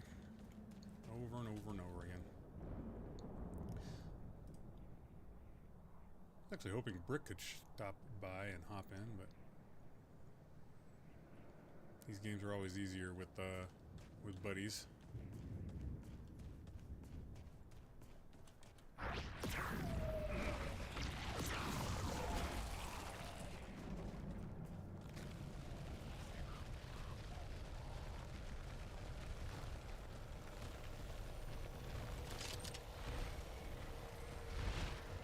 Maybe we can get a little extra.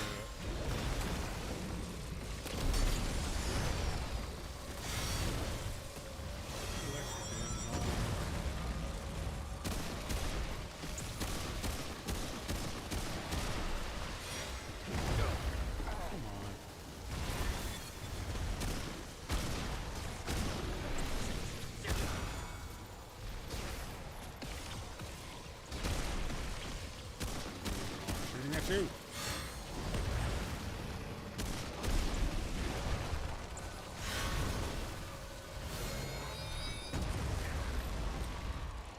I wait for the sound cue, I get fucked.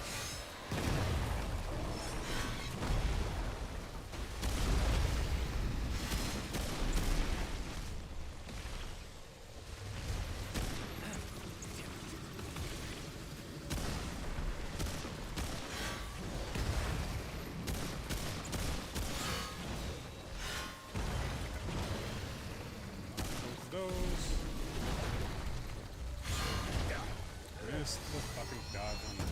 Missed the dodge. Oh, I made the dodge on that.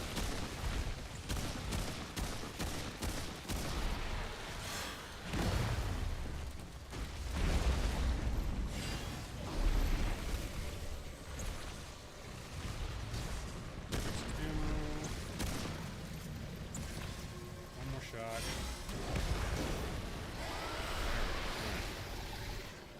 Also, back to being open about nerdy things. I wore my Star Wars scrubs to work today. Nice. Alright.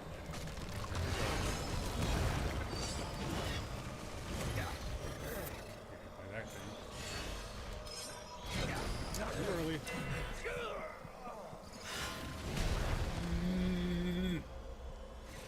Too early on the dodges. I hate delayed attack mechanics because I mean they fuck with you. They fuck with you. Like, I hate it so bad. Keyboard. Keyboard. Also, I don't think like maybe this just is not the right character class. Let's go with the Alchemist since that's level 10 at least. Don't want Frenzy Dust. Elixir of Life creates a mysterious vapor cloud lasting 10 seconds. It's 5 health regeneration per second. Protects. Yeah, I can't do that. Stone Mist might help. Only lasts 15 seconds though, which sucks. Consumable durations. What do I have that I can use that's consumable? Increase experience. Don't care about that. I think that curative, consumable, concoction. That's what we're looking for. Concoctions. I don't think I have any others. Oh, Tranquility Font. That curative, consumable, grenade. Yeah, I don't have anything else. Oh, I don't have enough. I don't want to go farming for stuff on cam. Like that sucks. Nothing quite as shitty as farming for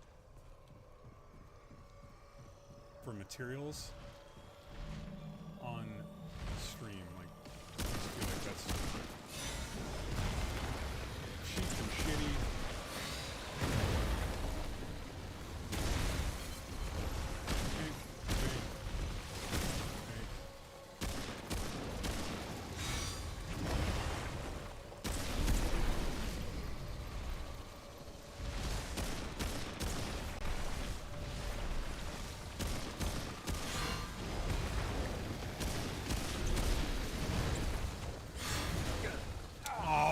fucking... Damn it.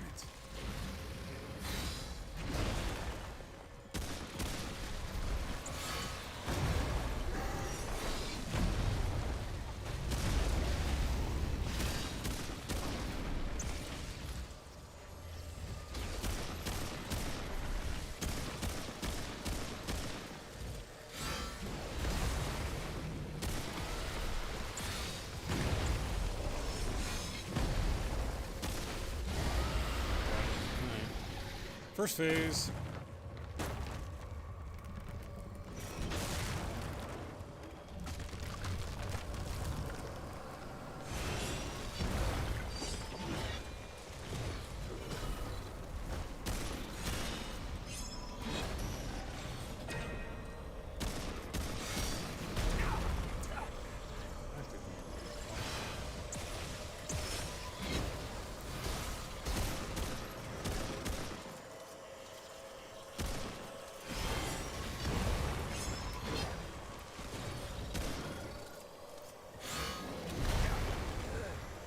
Why I can't fucking dodge timing on that one down. Fuck. Tiny bit early. Just watched one of the videos of guys beating this. One of the things they recommend is getting good suck. Thank you very much, John. Yeah. I don't know if this is gonna be something I beat tonight. Like this is one of the harder fights I've ever had in any of these games.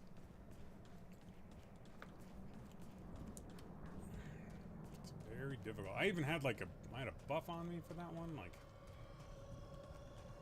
because it's not like I can get out of, like, the whole point of that scenario is getting out of that scenario, right? Like,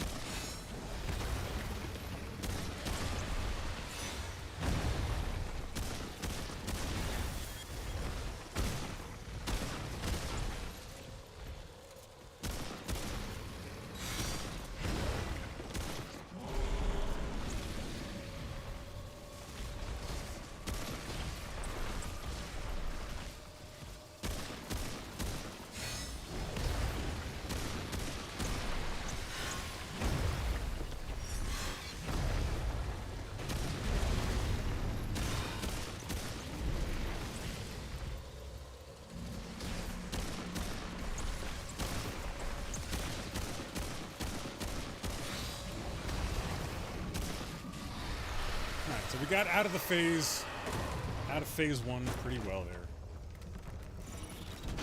So, boom, and we missed the dodge, and we got hit by the thing, and we missed that too.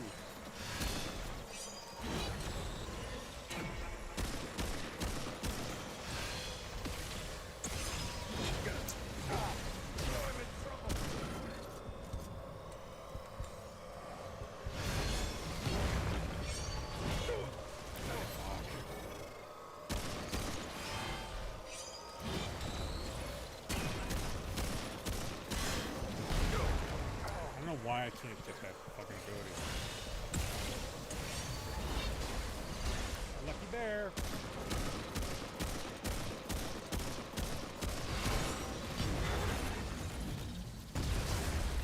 Ah.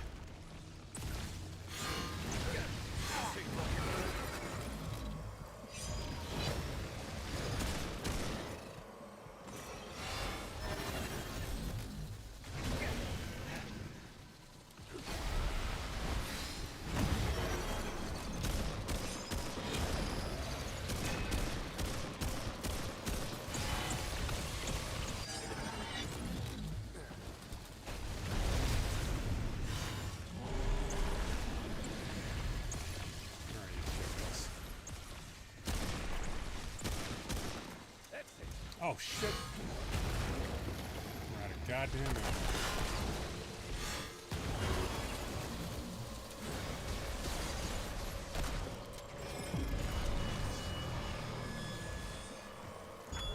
That's what it gets. Oh, what is that? Fuck! I'm hosed.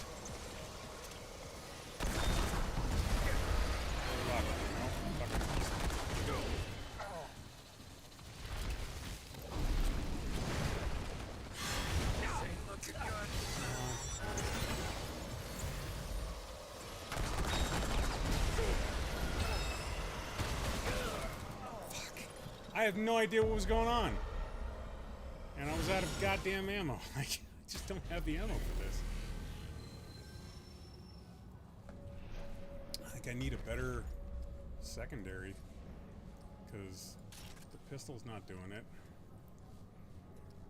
Bolt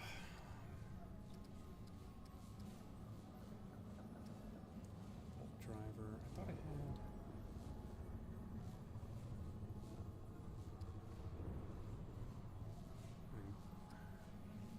That's 44. Magazine of 60, but that's not what I want. The Enigma's too short ranged. Cube gun's okay, but it's low.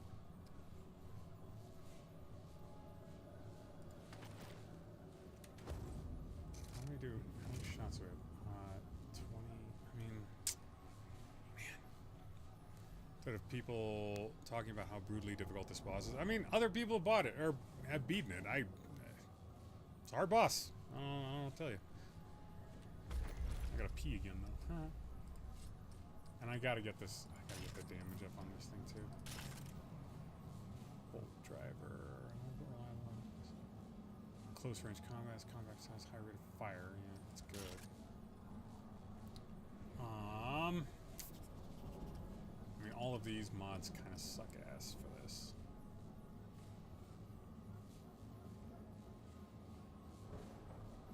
I mean, I have to kill something for the defrag mod to actually work. This needs to be close range. I mean, bore is okay, but not great. Skewer is alright. No mutator assigned. Increase the weapon reload speed by 4% for each enemy killed. Yeah, nothing there really. Time wave. Mod use applies slow status on all enemies within 7 feet. Yeah, it's not any good either. Bandit. What do I have on? Do I have Bandit on here? Yeah, I got Bandit on there. So nothing for the mutator really. Oy! So when he starts to switch back and forth between phase 1 and 2, it happens mid-attack. Whenever the boss switches between the phases, it always continues the attack that it was going to perform in a particular phase before switching. Yeah, so you have to remember what he was doing and plan for it. Yeah, that too. The other problem was, the reason that I died on last run, which was the best run that I've had so far, was he spawned the 6 pairs of orbs, and I didn't have a gun that could take out the orbs on a point-click way. Like, the pistol that I had just wasn't, it's just not powerful enough. So I'm hoping maybe with something that has a little... Oh, this sucks. No, that's not what I want either. Damn it. I thought I had...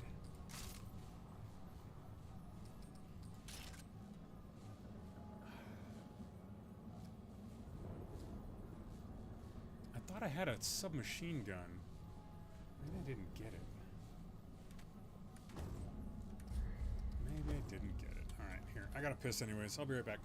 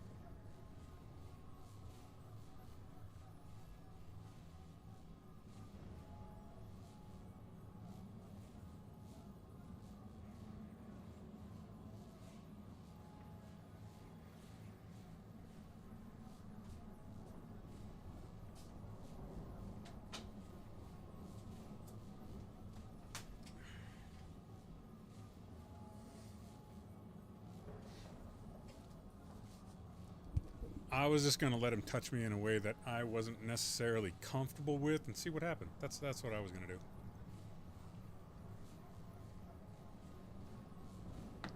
Ah, delicious. Oh, all right. Fuck me. What am I doing?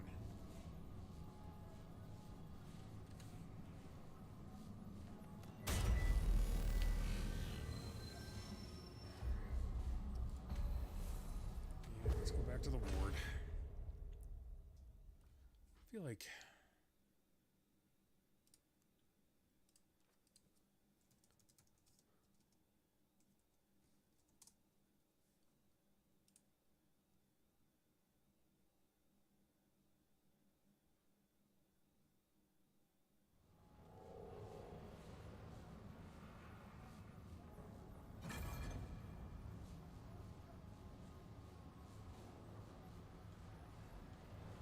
I wonder if I got that. Did I get that?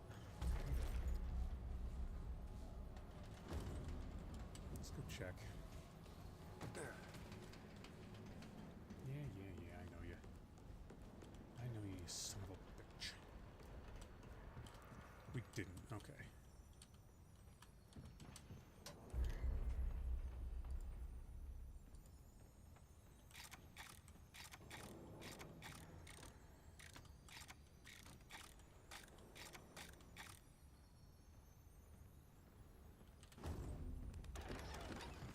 Ah.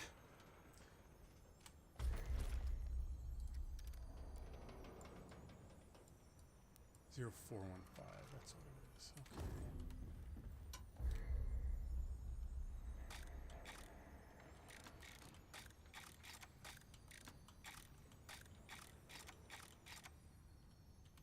Let's try that.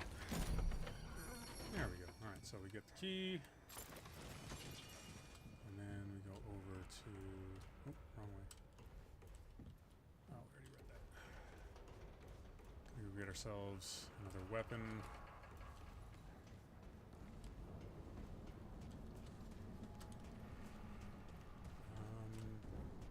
Where are the cargo? This way? No, it's this way. There we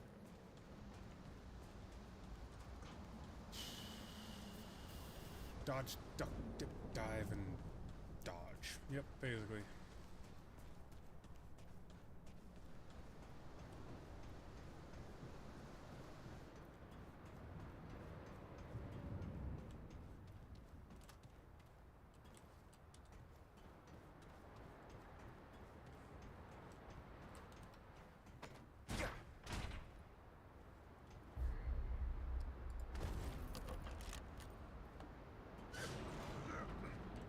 So here's the MP60, Oh, yeah. which is a really pretty amazing gun, to be honest. And I don't know why I didn't get it earlier. No mod. What mod would we want? I mean,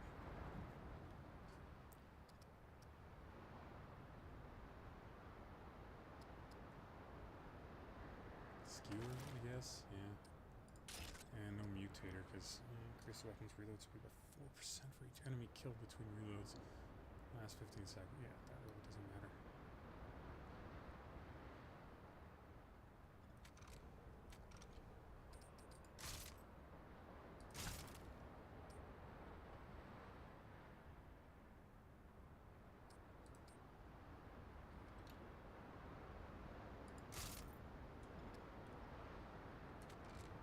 I don't know how to increase that to level 10. I don't know what that does. It's an interesting thing. All right, my friend, 11 p.m. on the East Coast. Time to hit the hay. Have a good night. Thanks for a fun stream and good luck with the big dude. Thanks, bud. I appreciate it. I think I got to go do a bunch of... I got to go do a bunch of farming, unfortunately, which is not my favorite activity in these games, but I think I need to upgrade the MP60 to, you know, whatever I can get it up to, and then hopefully having another weapon that I can use. So I ran out of ammo in that last fucking fight. And that's just because I don't have enough time to go run and pick up ammo, right? Like, I barely have enough time to, like, heal stuff. So, I don't know.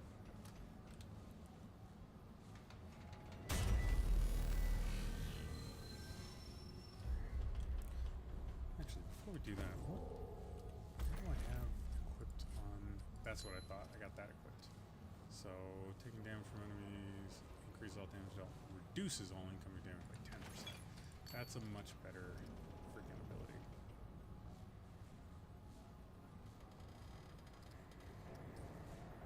Yeah, anytime I take damage, I'm like...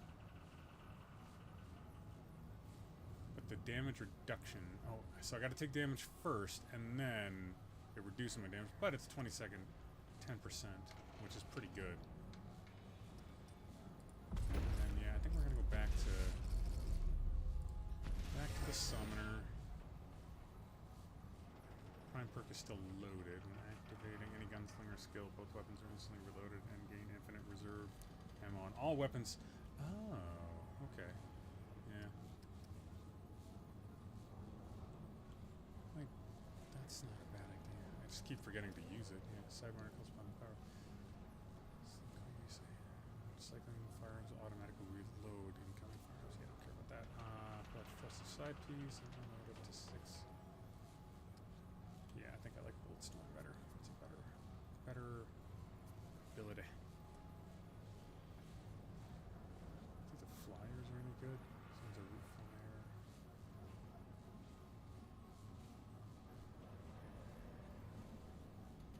I think this actually would be better if I could get to it, but I don't think I can get to it. Alright, let's go back. See what we can do with our secondary weapon. Now, being a little bit better. Ooh, we got lots of text.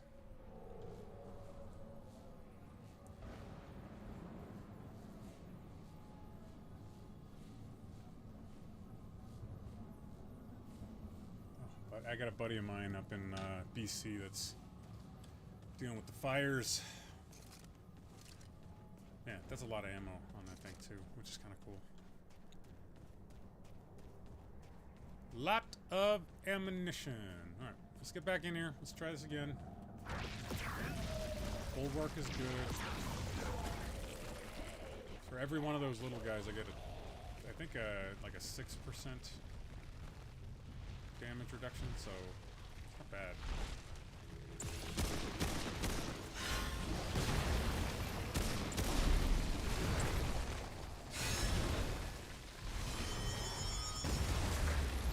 Come on.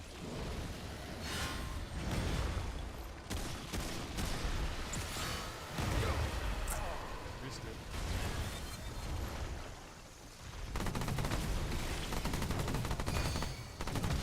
Missed it. Yeah, that needs to do way more damage than it was doing.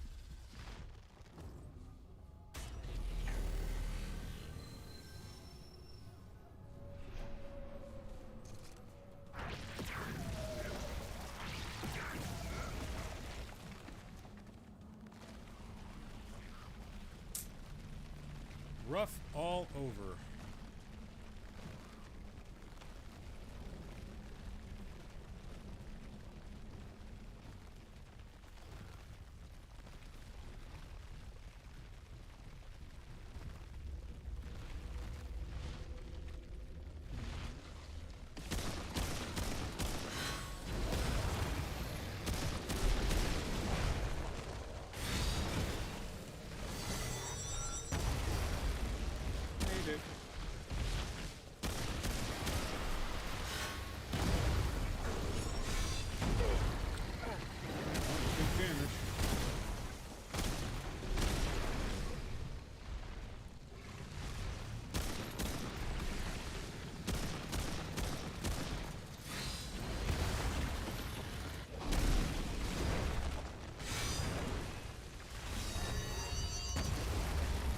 Still hit me with it. Jesus.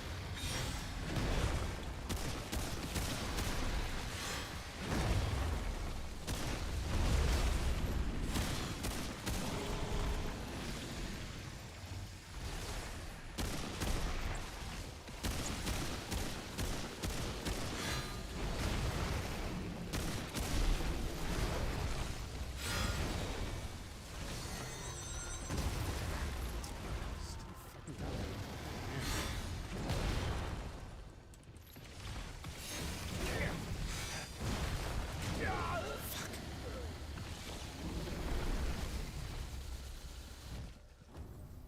I don't like this game right now. It's super fucking frustrating.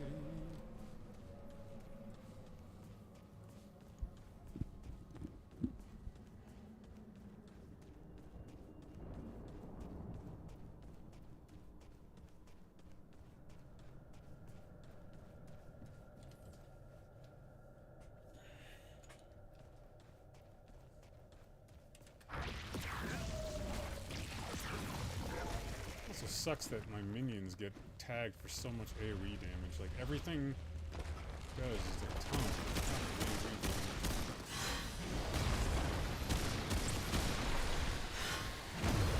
Like that did damage to them. That did damage to them. Fuck me. Come on. They missed, which is good.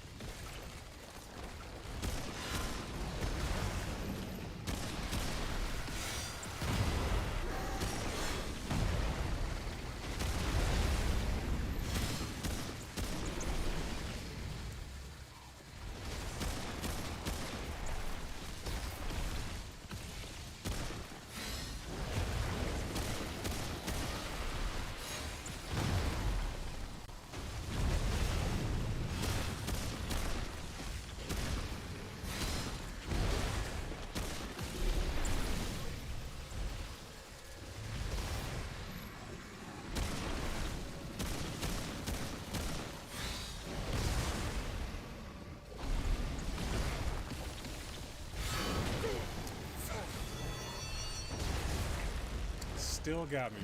Damn it.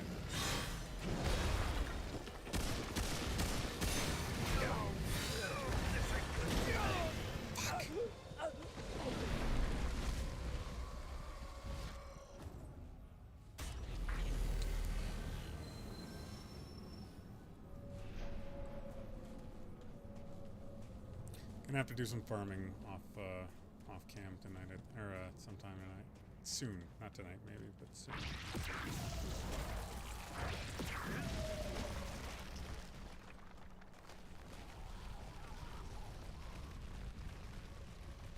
Can't even get past the first fight right now. Just struggling with the same stupid mechanics.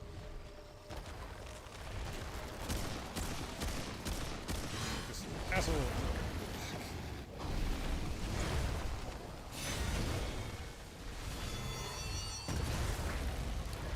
Too early.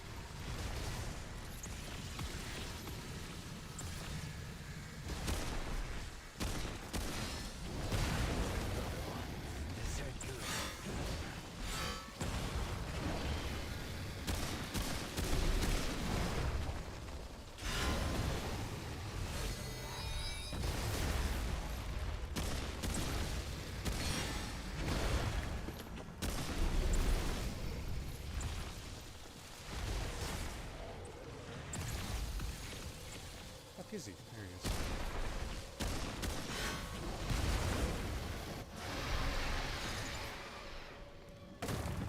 he is. Phase 2.